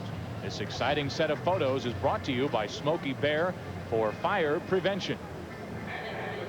Well, Dennis Cook is appearing in his 27th game. He has made 12 starts. That's why he has the 7-2 1-loss record. He has 1 save. 5 of his 16 career wins have come against the Cardinals. He's 2-0 in 4 games against St. Louis in 1990 with a 2.31 ERA. And he will face Rex Hudler with the bases loaded and 1 out. Hudler stands in there, batting .222, .219 since coming over from the Expos. Rex hit a 2-run homer in the 9th inning last night that brought the Cardinals to 1 run away, but the Cards fell short and lost 11-10. Bases loaded, 1 out. That pitch misses for ball 1. Well, Rex likes to hit fastballs. He's got a little bit of a hitch in his swing when he sees the breaking pitches, so that will be the intent of the Phillies, to try and make him hit the breaking ball. Good speed on the bases. That's ball 2. Boy, Hudler is intense, and you can bet that it will not take Joe Torre long to figure that out.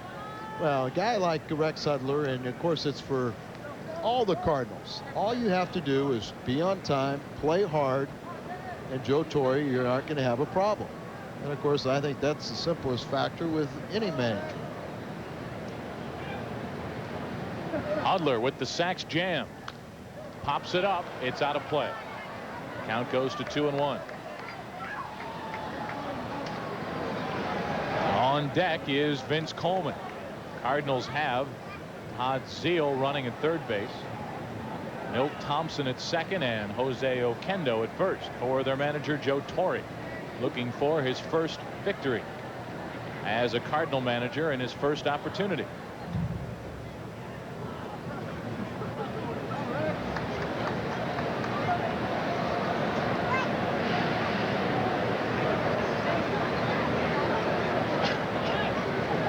Dennis Cook trying to get DeJesus off the hook here in the 6th inning with his club leading 2-1. Cardinals making some noise. They play Hudler to pull in the outfield.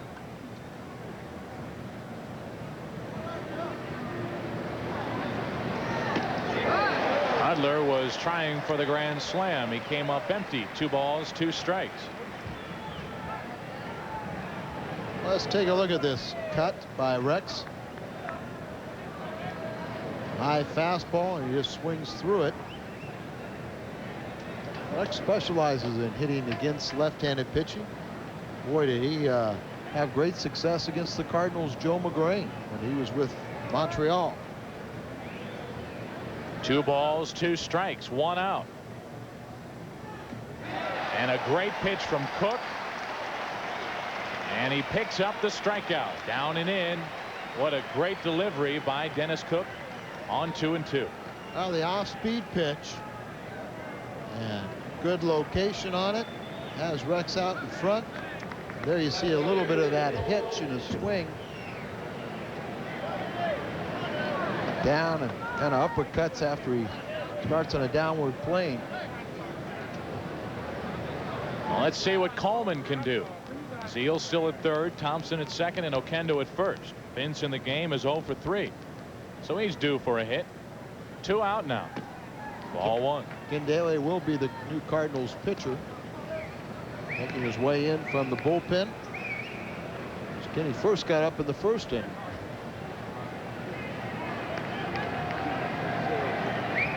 Vince Coleman trying to tie or put the Cardinals on top.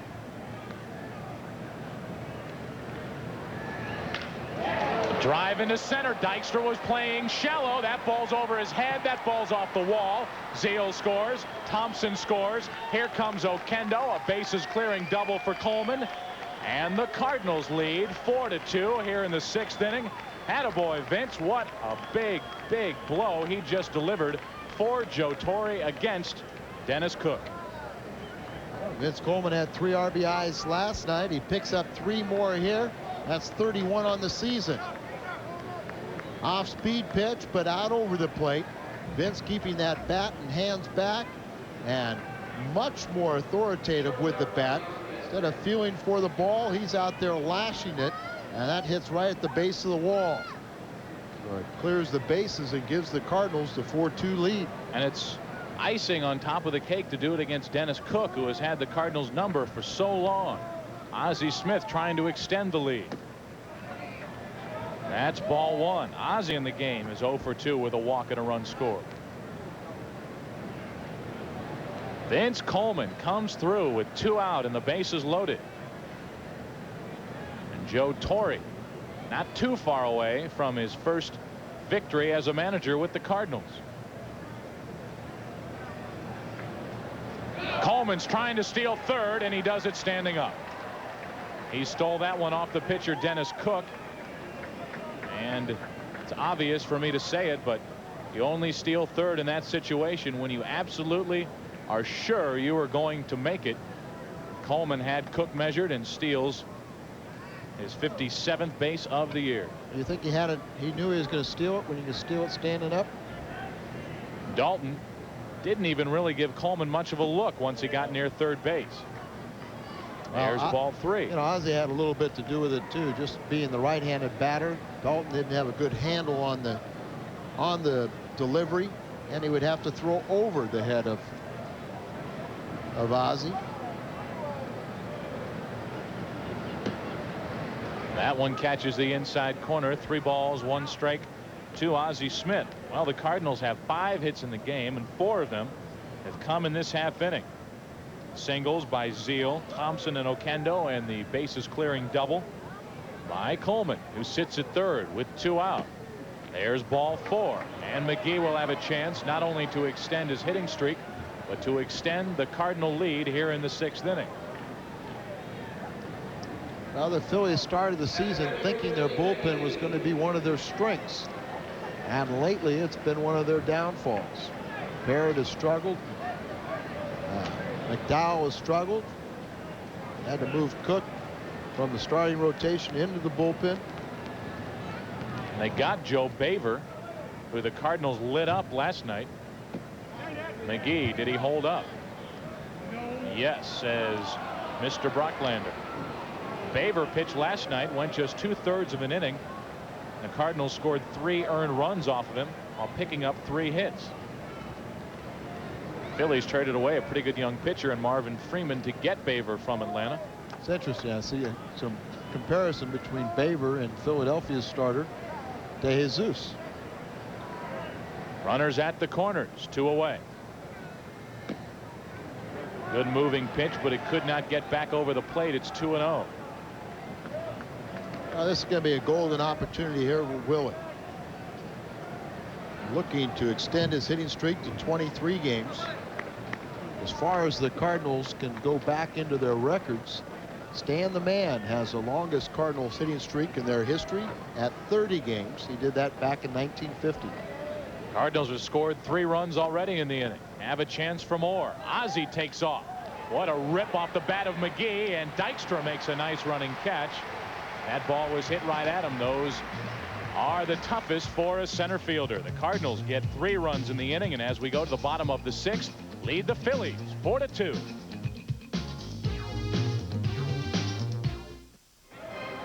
A lot of changes for the Cardinals on the immediate horizon, and Joe Torre, you know, will have his say once he gets to learn the players. Not really. I don't think I should change things now because I don't know what they should be changed from. I haven't witnessed this club very much. I really haven't observed them, I should say, that much. And to come in and make changes, it would strictly be cosmetic for me to do that.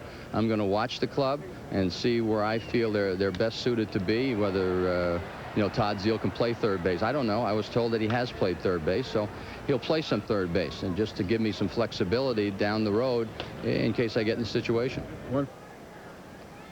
Kruk flies out to center field to start the bottom of the 6th inning. That's the thing, Hrabosky. First, he has to learn the team, get adjusted to this team, get adjusted to the league, and then, talking about Joe Torre, he can start making the changes that he thinks need to be made.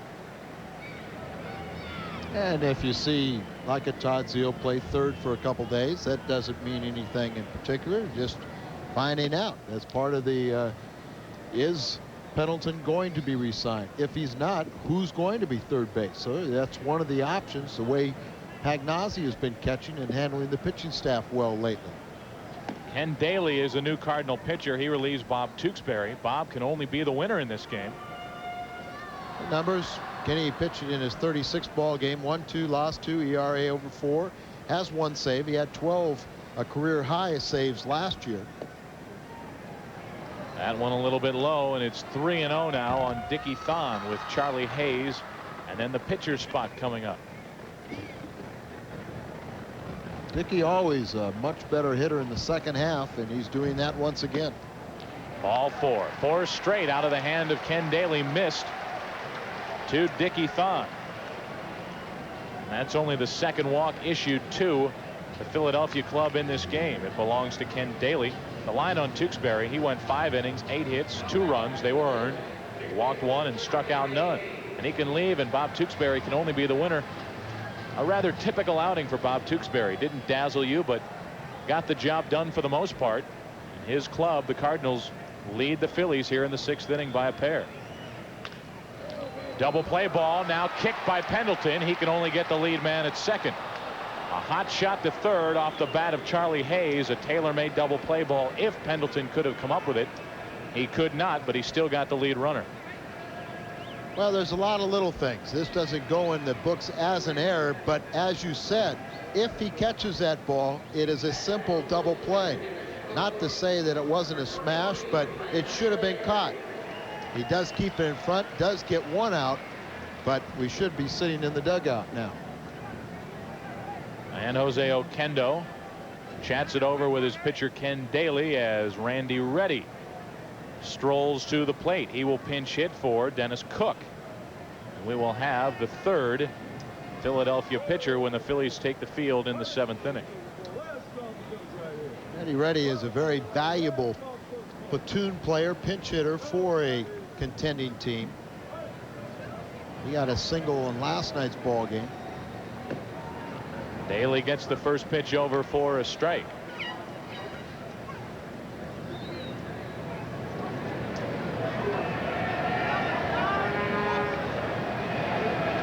Runner at first is Charlie Hayes.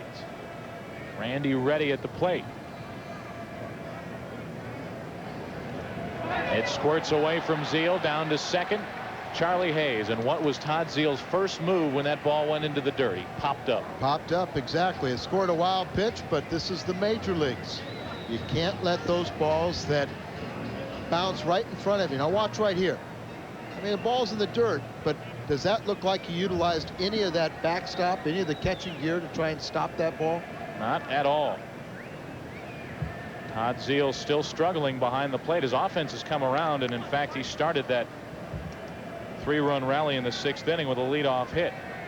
I'm not saying that I know I couldn't make that play, but I'm not ever professed to be a catcher. And if you're going to be a catcher, you have to block balls in the dirt because pitchers have to be able to do that. That ball is foul. And that runs the count to 1 ball and 2 strikes on Randy Reddy.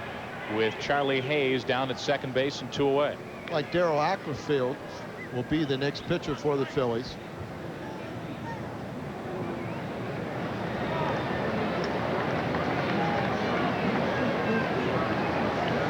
Joe Torre trying to guide the Cardinals to a win here this evening. Final game of this 3-game series here with Philadelphia, and the final game of the 8-game road trip. Really an auditioning period for the coaches with Joe Torre also. Count is even at 2-2.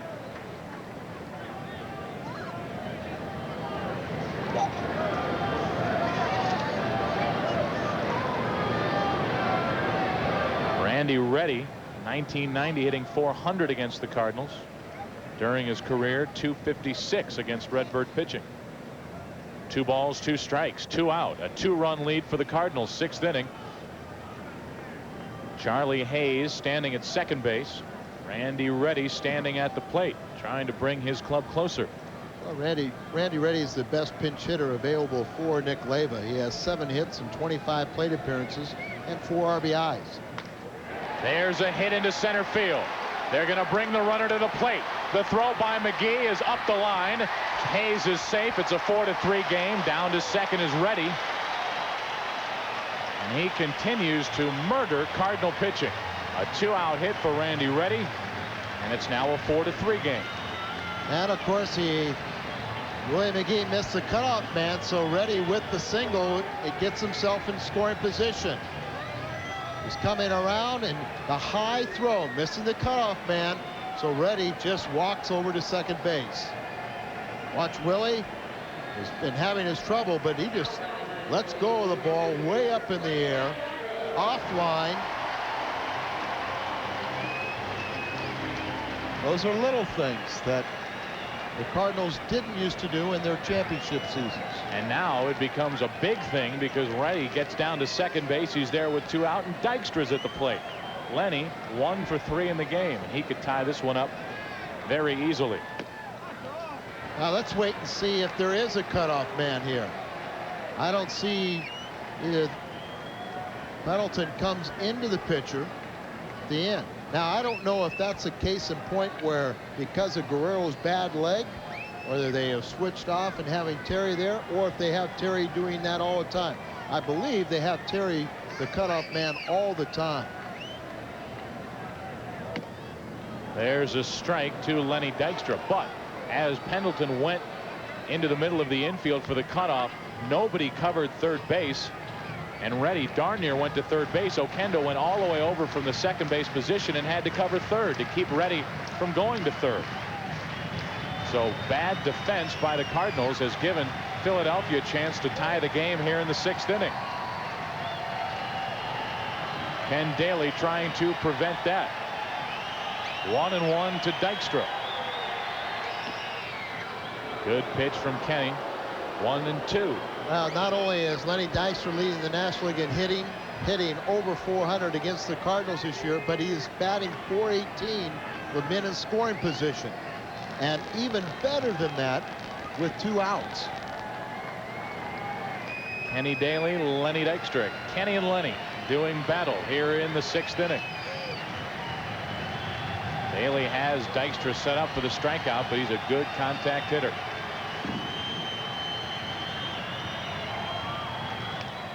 Dykstra just fouls it off. That's all he was trying to do there, was just spoil that pitch from Daly. He did it. Now he has a chance to see another delivery from Daly.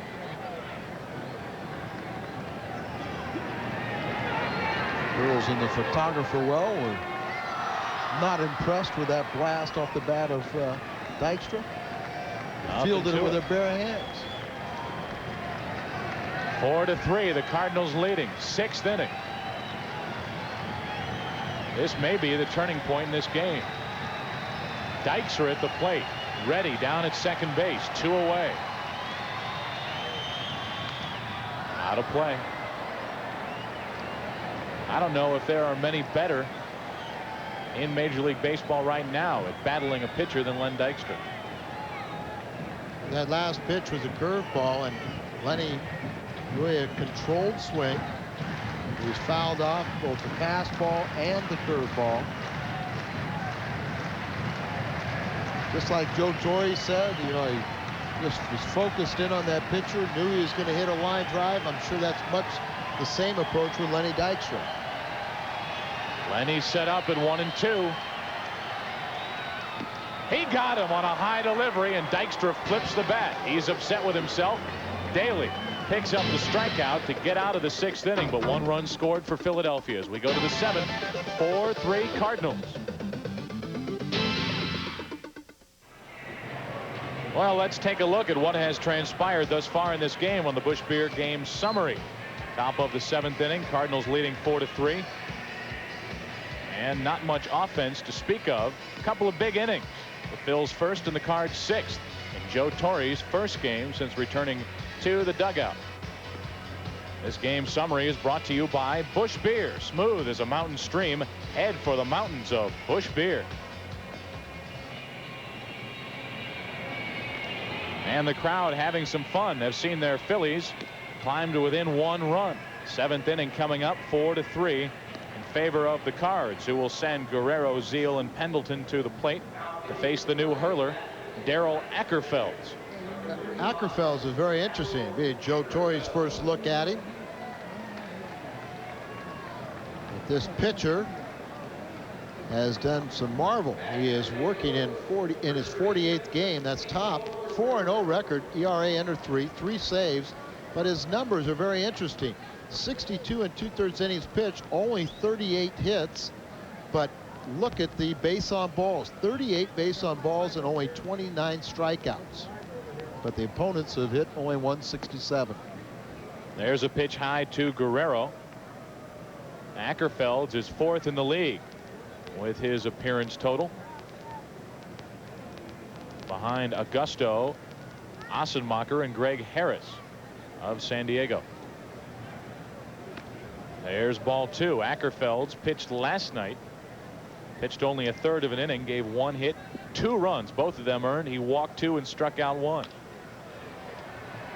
Dykstra in and to his left, 1 out. And Guerrero still looks for his first hit under his new manager. Ackerfelds started the 9th inning last night. Couldn't get the job done. Had to bring in Roger McDowell, picked up his team high 16th save. Ackerfelds was the one that was victimized by Rex Hudler's 2-run homer. Well, he came in and the first man he faced in the 9th was Todd Zeal, who struck him out, and then that was it. But it was a tainted strikeout. The first pitch inside to Zeal knocked Todd down. Todd came up, said the ball hit him. The umpire didn't agree. Todd ended up striking out.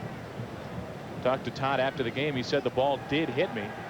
He was lucky to get out of the way of it. And that took another base runner away from the Cardinals. And in front of the home run by Hudler, Pendleton walked, and then Hudler hit the 2-run homer. So that was a big point in that inning when Zeal didn't get the benefit of the doubt on an inside pitch. 2-0 now on Todd. Ooh, he had a good rip at that. 2-1.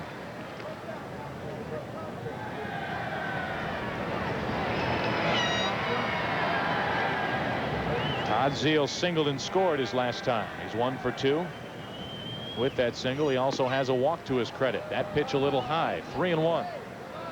Pendleton on deck.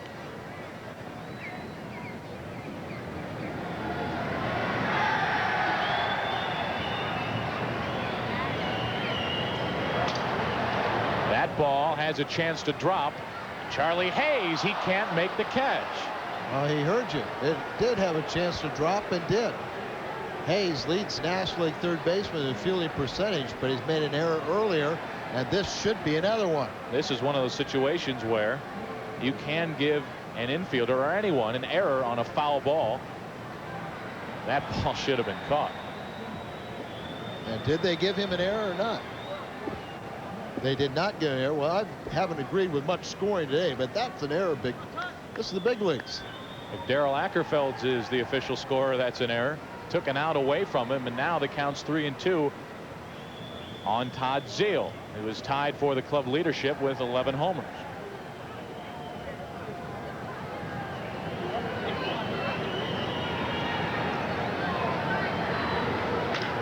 Base hit to left.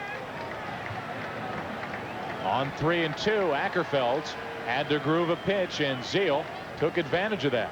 Right through the hole between short and third. And that ball that Hayes dropped may end up costing Philadelphia and Darrell Ackerfelds at least an out and maybe some runs. Well, they're trying to get the pitch inside, and this pitch is right out over the middle of the plate and pulled through the hole on the left side. Second hit of the game for Todd Zeal. And the third time he's been on base. Scored a run last inning. Pendleton trying to move him along. He takes a strike. Terry in the game. He is 1 for 3. Has a strikeout, a single, a stolen base, and a flyout. He started this game with an average of .219. It's up to .220.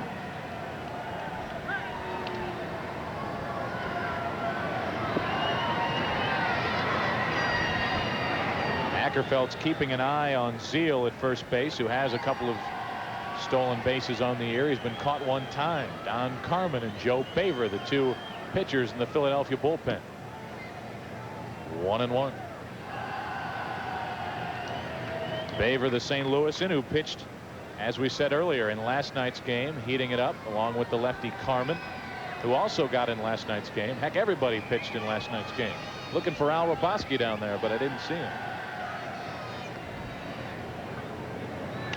That's right back here. 1-2.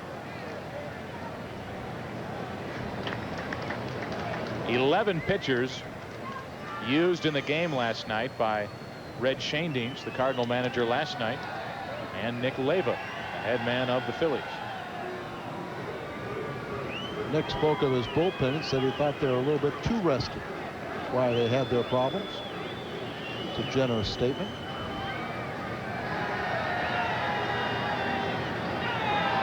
Zeal at first and 1 away.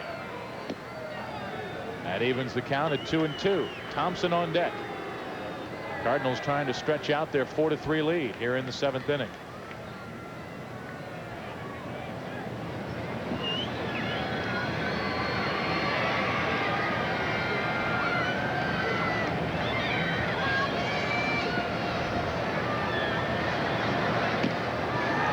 That misses.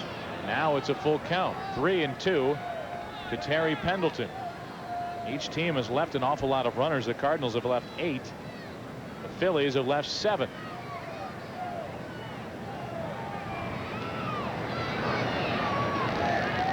Three and 2 to Pendleton. Will Zeal take off? He does. Ground ball to short.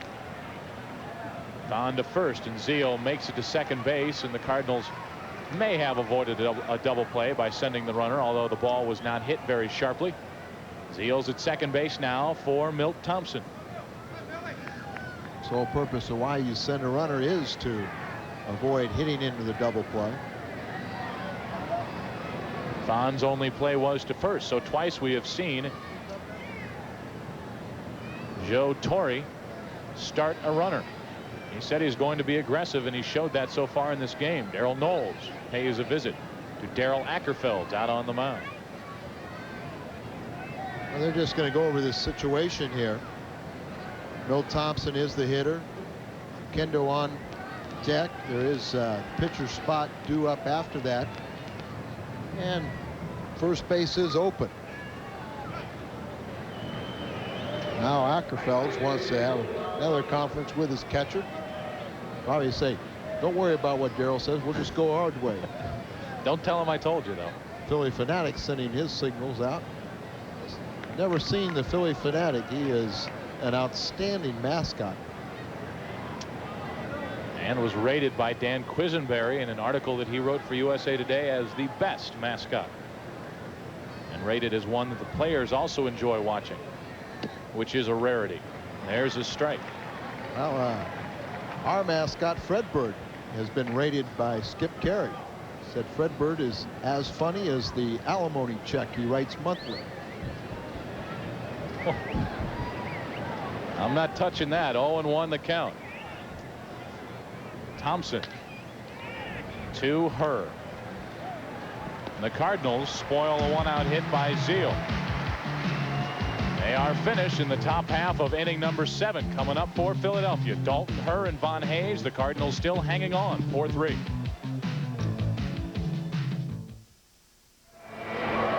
Well, the Cardinals are going to have to deal with some free agents at the year's end. What are Joe Torre's feelings on what his role should be?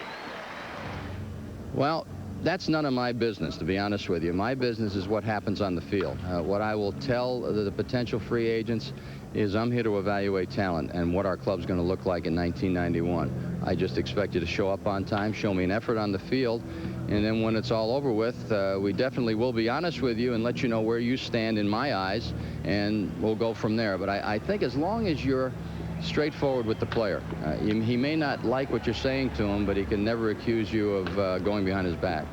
I have one question. Well, Ken Daly gets the all-important leadoff man here in the bottom of the 7th inning with the Cardinals leading 4-3. Darren Dalton grounds out to second. Darren's now 2 for 3, and it brings her to the plate. And Joe, once again, I think those potential free agents, in my mind, and I think in most people's mind, the ball club has already determined what their course of action will be. But I think they get a fresh look because Joe Torre is going to come in here, evaluate. Maybe Whitey will, this last month of the minor league season, go down and see the AA and AAA and maybe come back and say, listen, guys, you don't have people to replace him. I guarantee if he goes to AA, he'll be saying that, because the reports out of Arkansas are that there is really nothing there at the moment. They have some good young players coming up, but at Arkansas at the moment at the AA level, nothing is shaking. At the AAA level, there is some talent. We've talked about that before. Gilkey, Langford, Pena, and others. Pendleton has to hurry. And he showed a good arm. Terry took his time once he got the ball and made a good strong throw to retire her. And it's up to Hayes if the Phillies want to do something in the 7th. I wonder if Terry wasn't almost thinking about that bad hop he got in the sliding pit area. But he was staying down with it. He was very cautious. And then once he caught the ball, made that little crow hop, knew he had enough time to set himself and make the strong throw across. And Von Hayes digs in.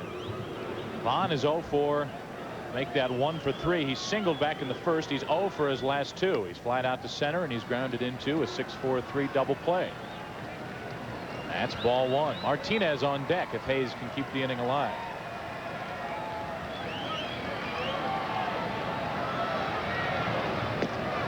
Good pitch from Daly. 1-1. Outfield is deep.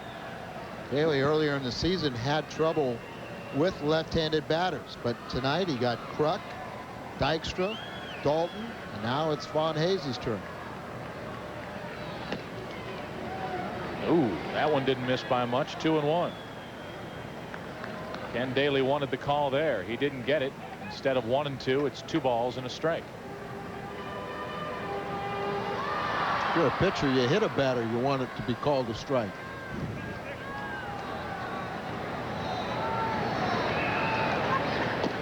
There's ball 3, and a right-handed swinger. Martinez waiting on deck. So Hayes should get a pitch to his liking here. Daly can go after Von Hayes both with the fastball or the curveball, but you ideally like to be ahead in the count and then throw the breaking pitch. Off the end of the bat, foul and out of play. And the count is full, and he made a good pitch there to Hayes, kept it away from him. Vaughn used to have a lot of trouble with left-handers. He has improved, but so much of it is a quirk of fate. You get a good swing, but when Daly is right, he can overmatch and overpower all left-handed batters. 3-2 the count. 2 out, bases empty. Guerrero with the backhand. Daly covers, and Ken has a 1-2-3 7th inning. To the 8th we go. The Cardinals still on top, 4-3.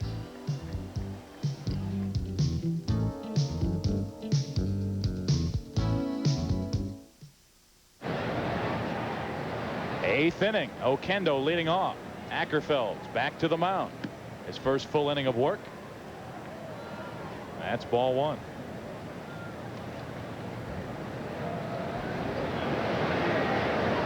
Oquendo. Then the pitcher's spot. Craig Wilson has grabbed a bat and is standing in the on-deck circle. And then Vince Coleman in the 8th for the Cardinals. And of course, when you get into the 8th with a lead, that means Lee Smith will be coming in. Good pitch on the inside corner to Oquendo, and now he's in the hole 1-2. Here's Big Lee. He did get up and warm up in the 9th inning, but he was the only one to escape working last night. He got a chance to pick up a save. The 1-2 to Oquendo.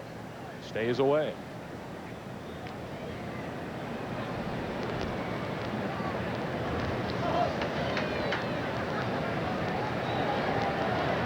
Oquendo's hit came his last time up in the 6th. That one might fall. It does. In front of Kruk. The leadoff man is on. Let's pause 15 seconds for station identification. This is the Cardinal Television Network. This is KLJB TV Davenport.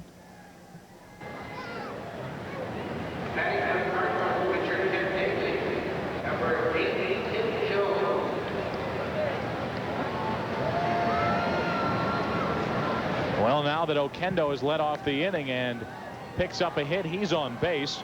The Cardinals switch up.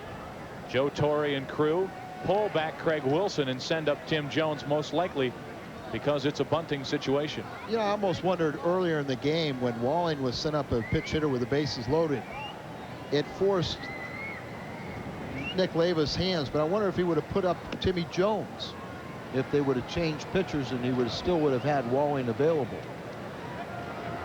Well, Jones was going to bunt, couldn't do it on a pitch inside for ball 1. Coleman on deck. The Cardinals would like to get another couple of runs and hand it over to Lee Smith.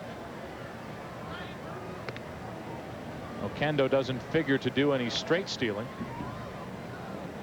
Jose has only 1 stolen base on the year.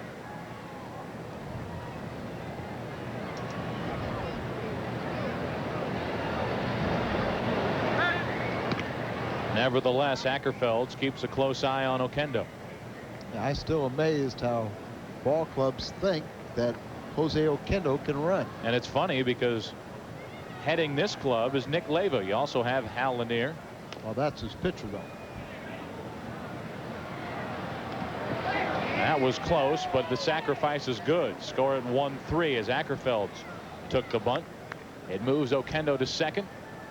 And Coleman will have a chance. He'll be followed by Ozzie. Well, part of the reason why they're throwing over is they're trying to keep the runner close in case this was not such a good bunt. It is a very good bunt, making the fielder pitch it, field it. There's only one play he has, and that's the first base. But Ackerfeld, if he would have kept the runner close and the ball would have been bunted right back to him, maybe they could have gotten the lead runner. But a good job by Timmy Jones. Gets Oquendo out to second in scoring position. So Coleman, who hit a bases clearing double with the bases loaded in the 6th inning, stands in. Hello. It hit him. A hit by pitch, and Coleman will trot down to first after he shakes off the pain. Nothing Vince can do with this. Ball just gets away. Hits him right on the hip. Watch him stride, and then realize the ball's coming inside. If you really want to hit somebody, that's the area. Right there around the rib cage or the trunk of the body, because if you turn one way, it hits you in the back. You turn another way, it hits you in the stomach. But there's no way a batter can get out of the way of it. Well, all things considered, that probably hit him in the best place possible. If that statement makes any sense. You don't like to get hit by a pitch, period. First and second, one away. Ozzie at the plate. Inside again. And McGee to follow.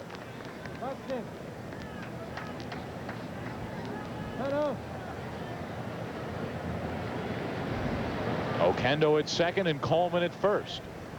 Cardinals leading by a run. 8th inning action. Borderline pitch. Ozzie does not get the call. 1-1.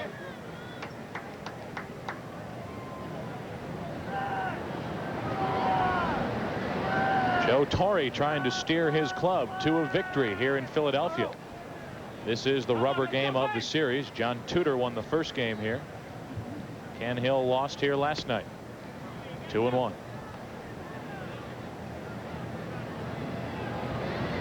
Well, if you're a really aggressive manager right here, you might turn the runners loose. You got a contact man at the plate, someone that does not swing through too many pitches. Not exactly the best with a left-handed batter right there. There they go. Hayes, only one play. That's to first. You called it, Hrabosky. Runners move to second and third. They're there for Willie McGee. You had the right combination. You didn't have the best man lead runner there, Oquendo, but you had the situation where you can send him because of the ability of Ozzie to put the ball in play. It was a ball, but he slaps at it, and of course that's one of the keys too. You can't hit that ball in the air. You got to hit it on the ground. That's maybe an indication of what we're going to see from Joe Torre, and I like that type. It was calculated risk, and it worked. Well, Willie McGee digs in. He is looking for his first hit of the game.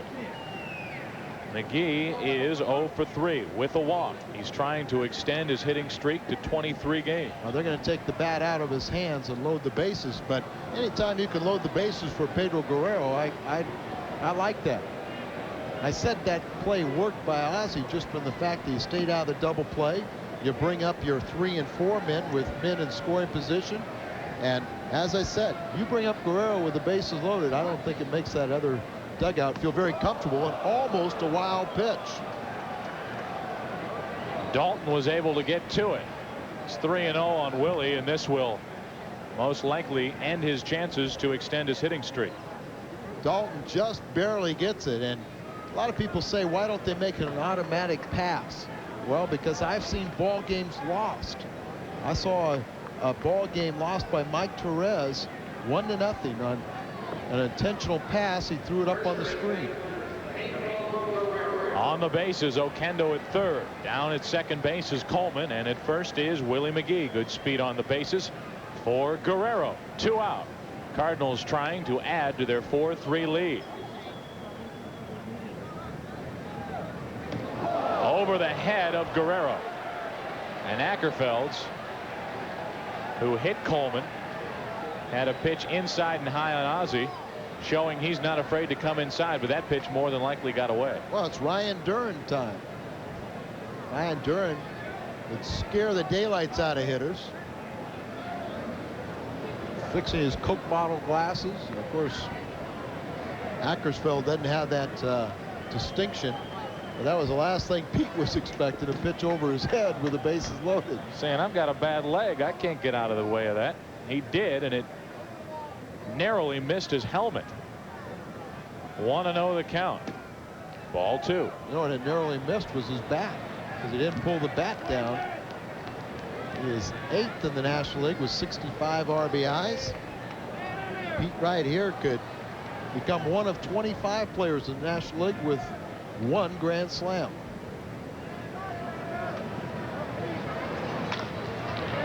Charlie Hayes steps on, and Darrell Ackerfelds gets the Cardinal cleanup hitter Guerrero to end the top of the 8th. To the bottom half we go. It's a tight one, folks. Cardinals 4-3.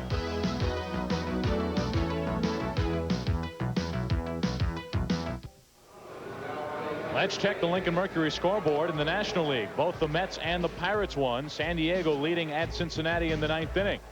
LA and San Francisco scoreless. They're just underway. Same with Atlanta and Houston. They're in the 6th. In the American League, Chicago won the first game of a doubleheader at Milwaukee. That just started the second game.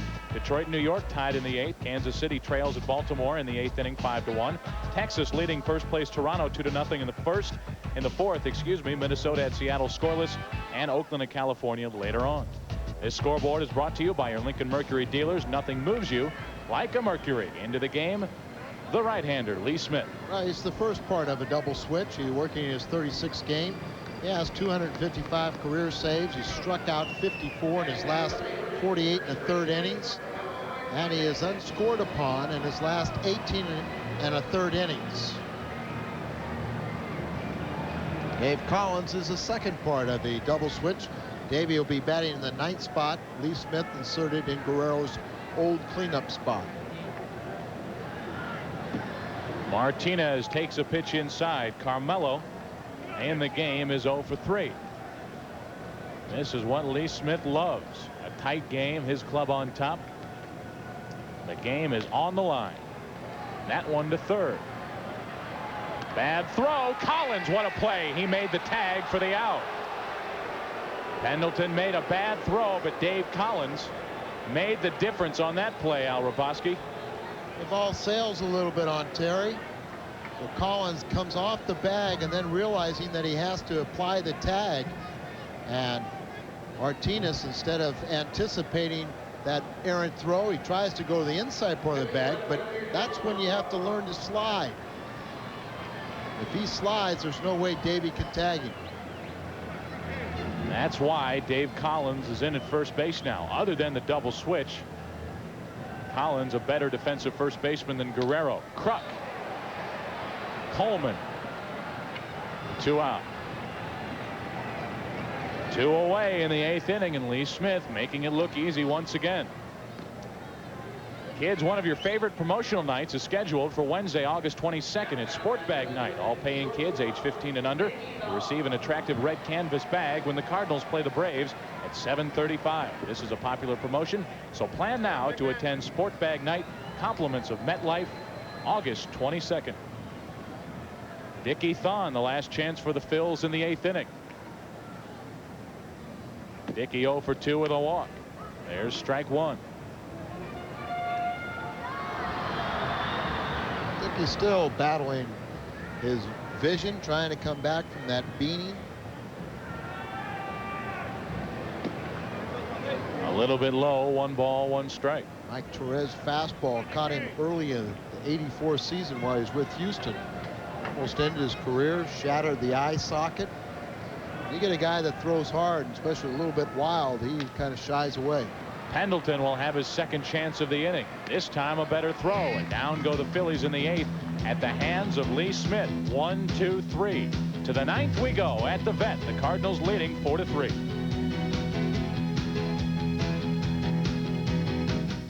Arg!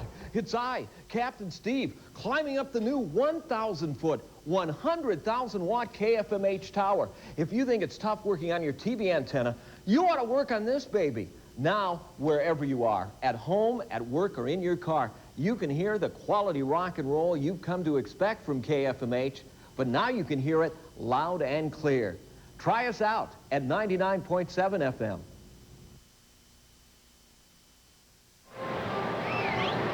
Well, what will be the status of the coaching staff? Will they stay or will they go? Let's ask Joe. Are any coaches? Right. I have made no commitments. Usually when you get a call to manage, you call certain people, say you're going to go with me. Right now, knowing how the Cardinal organization really promotes their people from within, I have made a commitment to stay with the same coaches till the end of the year and then make a decision on that time, at that time, what the coaching staff's going to look like in 1991. Todd Zeile leading it off. The Cardinals leading by 1 run. 9th inning action, 4-3. Zeile's had a lot to do with the Cardinals scoring.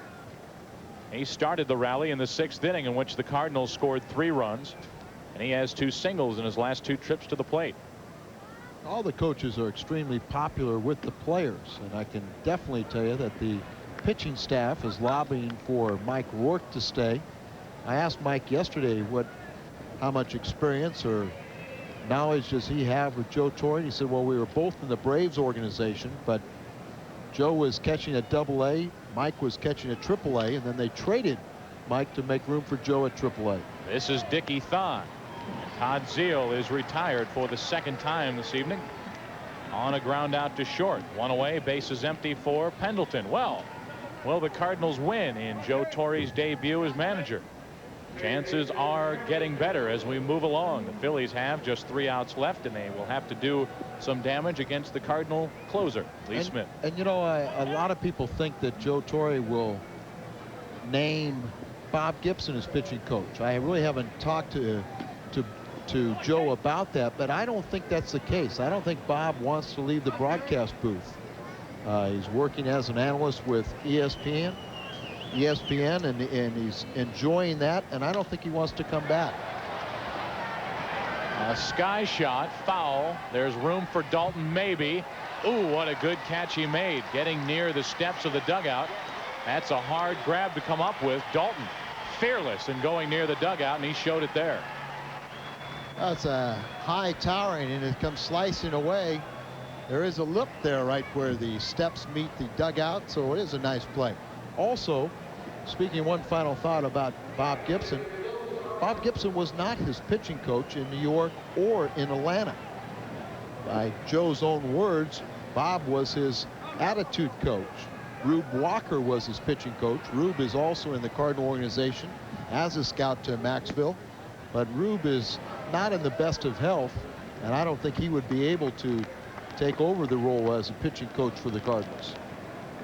Milt Thompson 1 for 4. Tries to go up the middle and does. A base hit. And that will give Oquendo a chance to hit here in the 9th inning.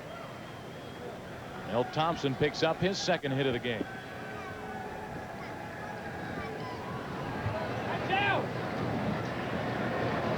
So Thompson is now 2 for 5. He came into this game with an average of .202.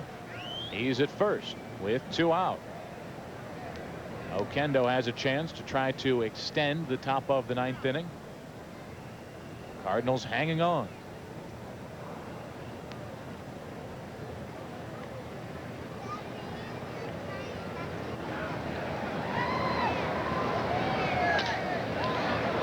Tom Hrabosky makes a nice play on a short hop, and Oquendo is retired. Jose now 2 for 4 in the game, and the stage is set for Joe Torre's first victory as a Cardinal manager. This should be exciting. Lee Smith back to the mound. The Cards on top by a run.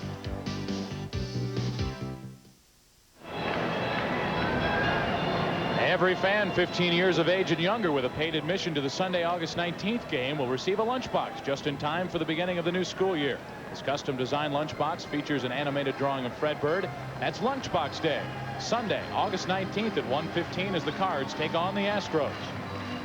Bottom of the 9th inning coming up. Joe Torre, you can bet the butterflies are dancing around in his stomach. He has a chance to win his first game as manager of the Cardinals. It's all in the capable hands of Lee Smith. You know, Joe made a very interesting comment. He says, as a broadcaster, after a game, you don't know if you won or lost. You just close the briefcase. But obviously, that's not the case of the manager. Charlie Hayes will have the first crack at Lee Smith. And that is most likely out number 1. In comes McGee. He had a long way to go. He gets there. 1 out. Charlie Hayes swinging at the first pitch. 1 out. They had Booker on deck. They call him back, and they're going to send Ricky Jordan to the plate. Well, because of how deep McGee and the Cardinal outfielders play, Ozzie just really did the right thing. He went deep into center field and waited until Willie called him off of that high towering fly ball. Ozzie doesn't take anything for granted. Neither does Lee Smith as he faces Ricky Jordan. Ricky and Lee Smith faced each other in the 8th inning in the first game of this series. After Lee Smith took over for John Tudor, Lee struck out Ricky Jordan for the 2nd out of the inning back then. Ended up striking out Darren Dalton to end the inning. Remember, we talked about how Ricky Jordan was flittering with his feet in the batter's box. He's had numerous hand problems, been hit by pitches, and really struggled with that left hand and wrist.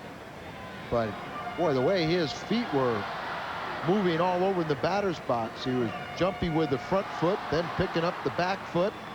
Just didn't have any good foundation at all. There's strike 1 from Lee Smith. One of the best attributes of Lee Smith is that even though he is a power pitcher, he is around the plate constantly, and they're not over the heart of the plate. His pitches catch the corner. A pop-up, foul territory, room for Collins. 2 out. You know, you just can't hit unless you have a solid foundation. Watch both his front foot and now his back foot. You know, he's not utilizing his legs at all. And we said before, hitters will spread their feet in order to avoid just that. Moving around in the batter's box, he spreads his feet and he still moves around in the batter's box. That's a bad combination. But this game is not over, and the final out could be the ever dangerous Lenny Dykstra. Lee Smith looking for save number 18. Joe Torre looking for win number 1 as a Cardinal manager. Smith and Dykstra doing battle. Outside for ball 1. Lenny in the game. 1 for 4. Well, Lenny might get a base hit off of Lee Smith, but you don't really look for him to be able to hit a home run off of Lee. This is a good home run ballpark. Lenny has 6, but Lee keeps the ball well away from him. A pop-up. That should do it. Ozzie wants it. He has it, and Lee Smith saves number 18, and Joe Torre gets the glad hand. From his new coaching staff, he'll go greet his new players. He is 1 for 1 as the new Cardinal manager. Congratulations, Joe Torre. 4-3 the final. The winner, Tewksbury, the save to Lee Smith, number 18.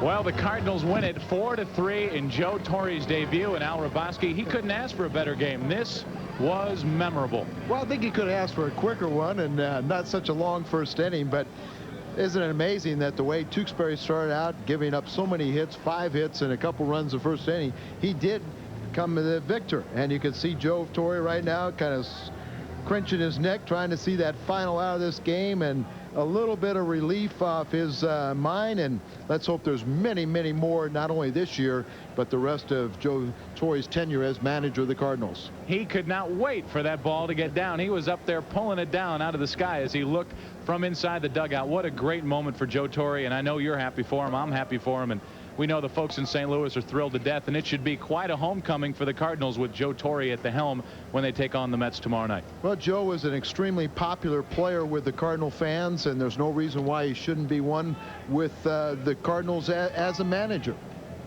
Well, it was a terrific game. The Cardinals win it 4-3. Guests of the Cardinal Television Network receive an RCA Space Saver color television from Slyman Brothers, St. Louis's hometown appliance stores.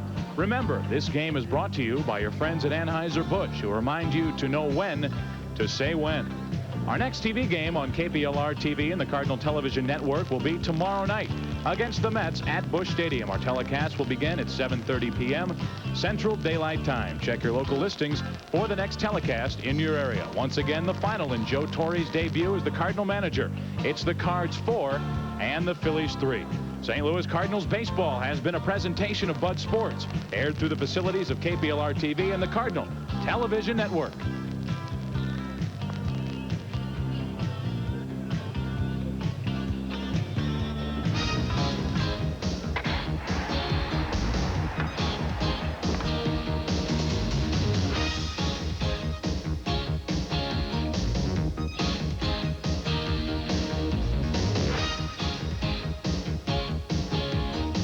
St. Louis Cardinal Baseball has been brought to you by Anheuser-Busch Incorporated, brewers of Budweiser, Bud Light, U Bud Dry, Busch, Busch Light, Natural Light, and the Michelob family of fine beers.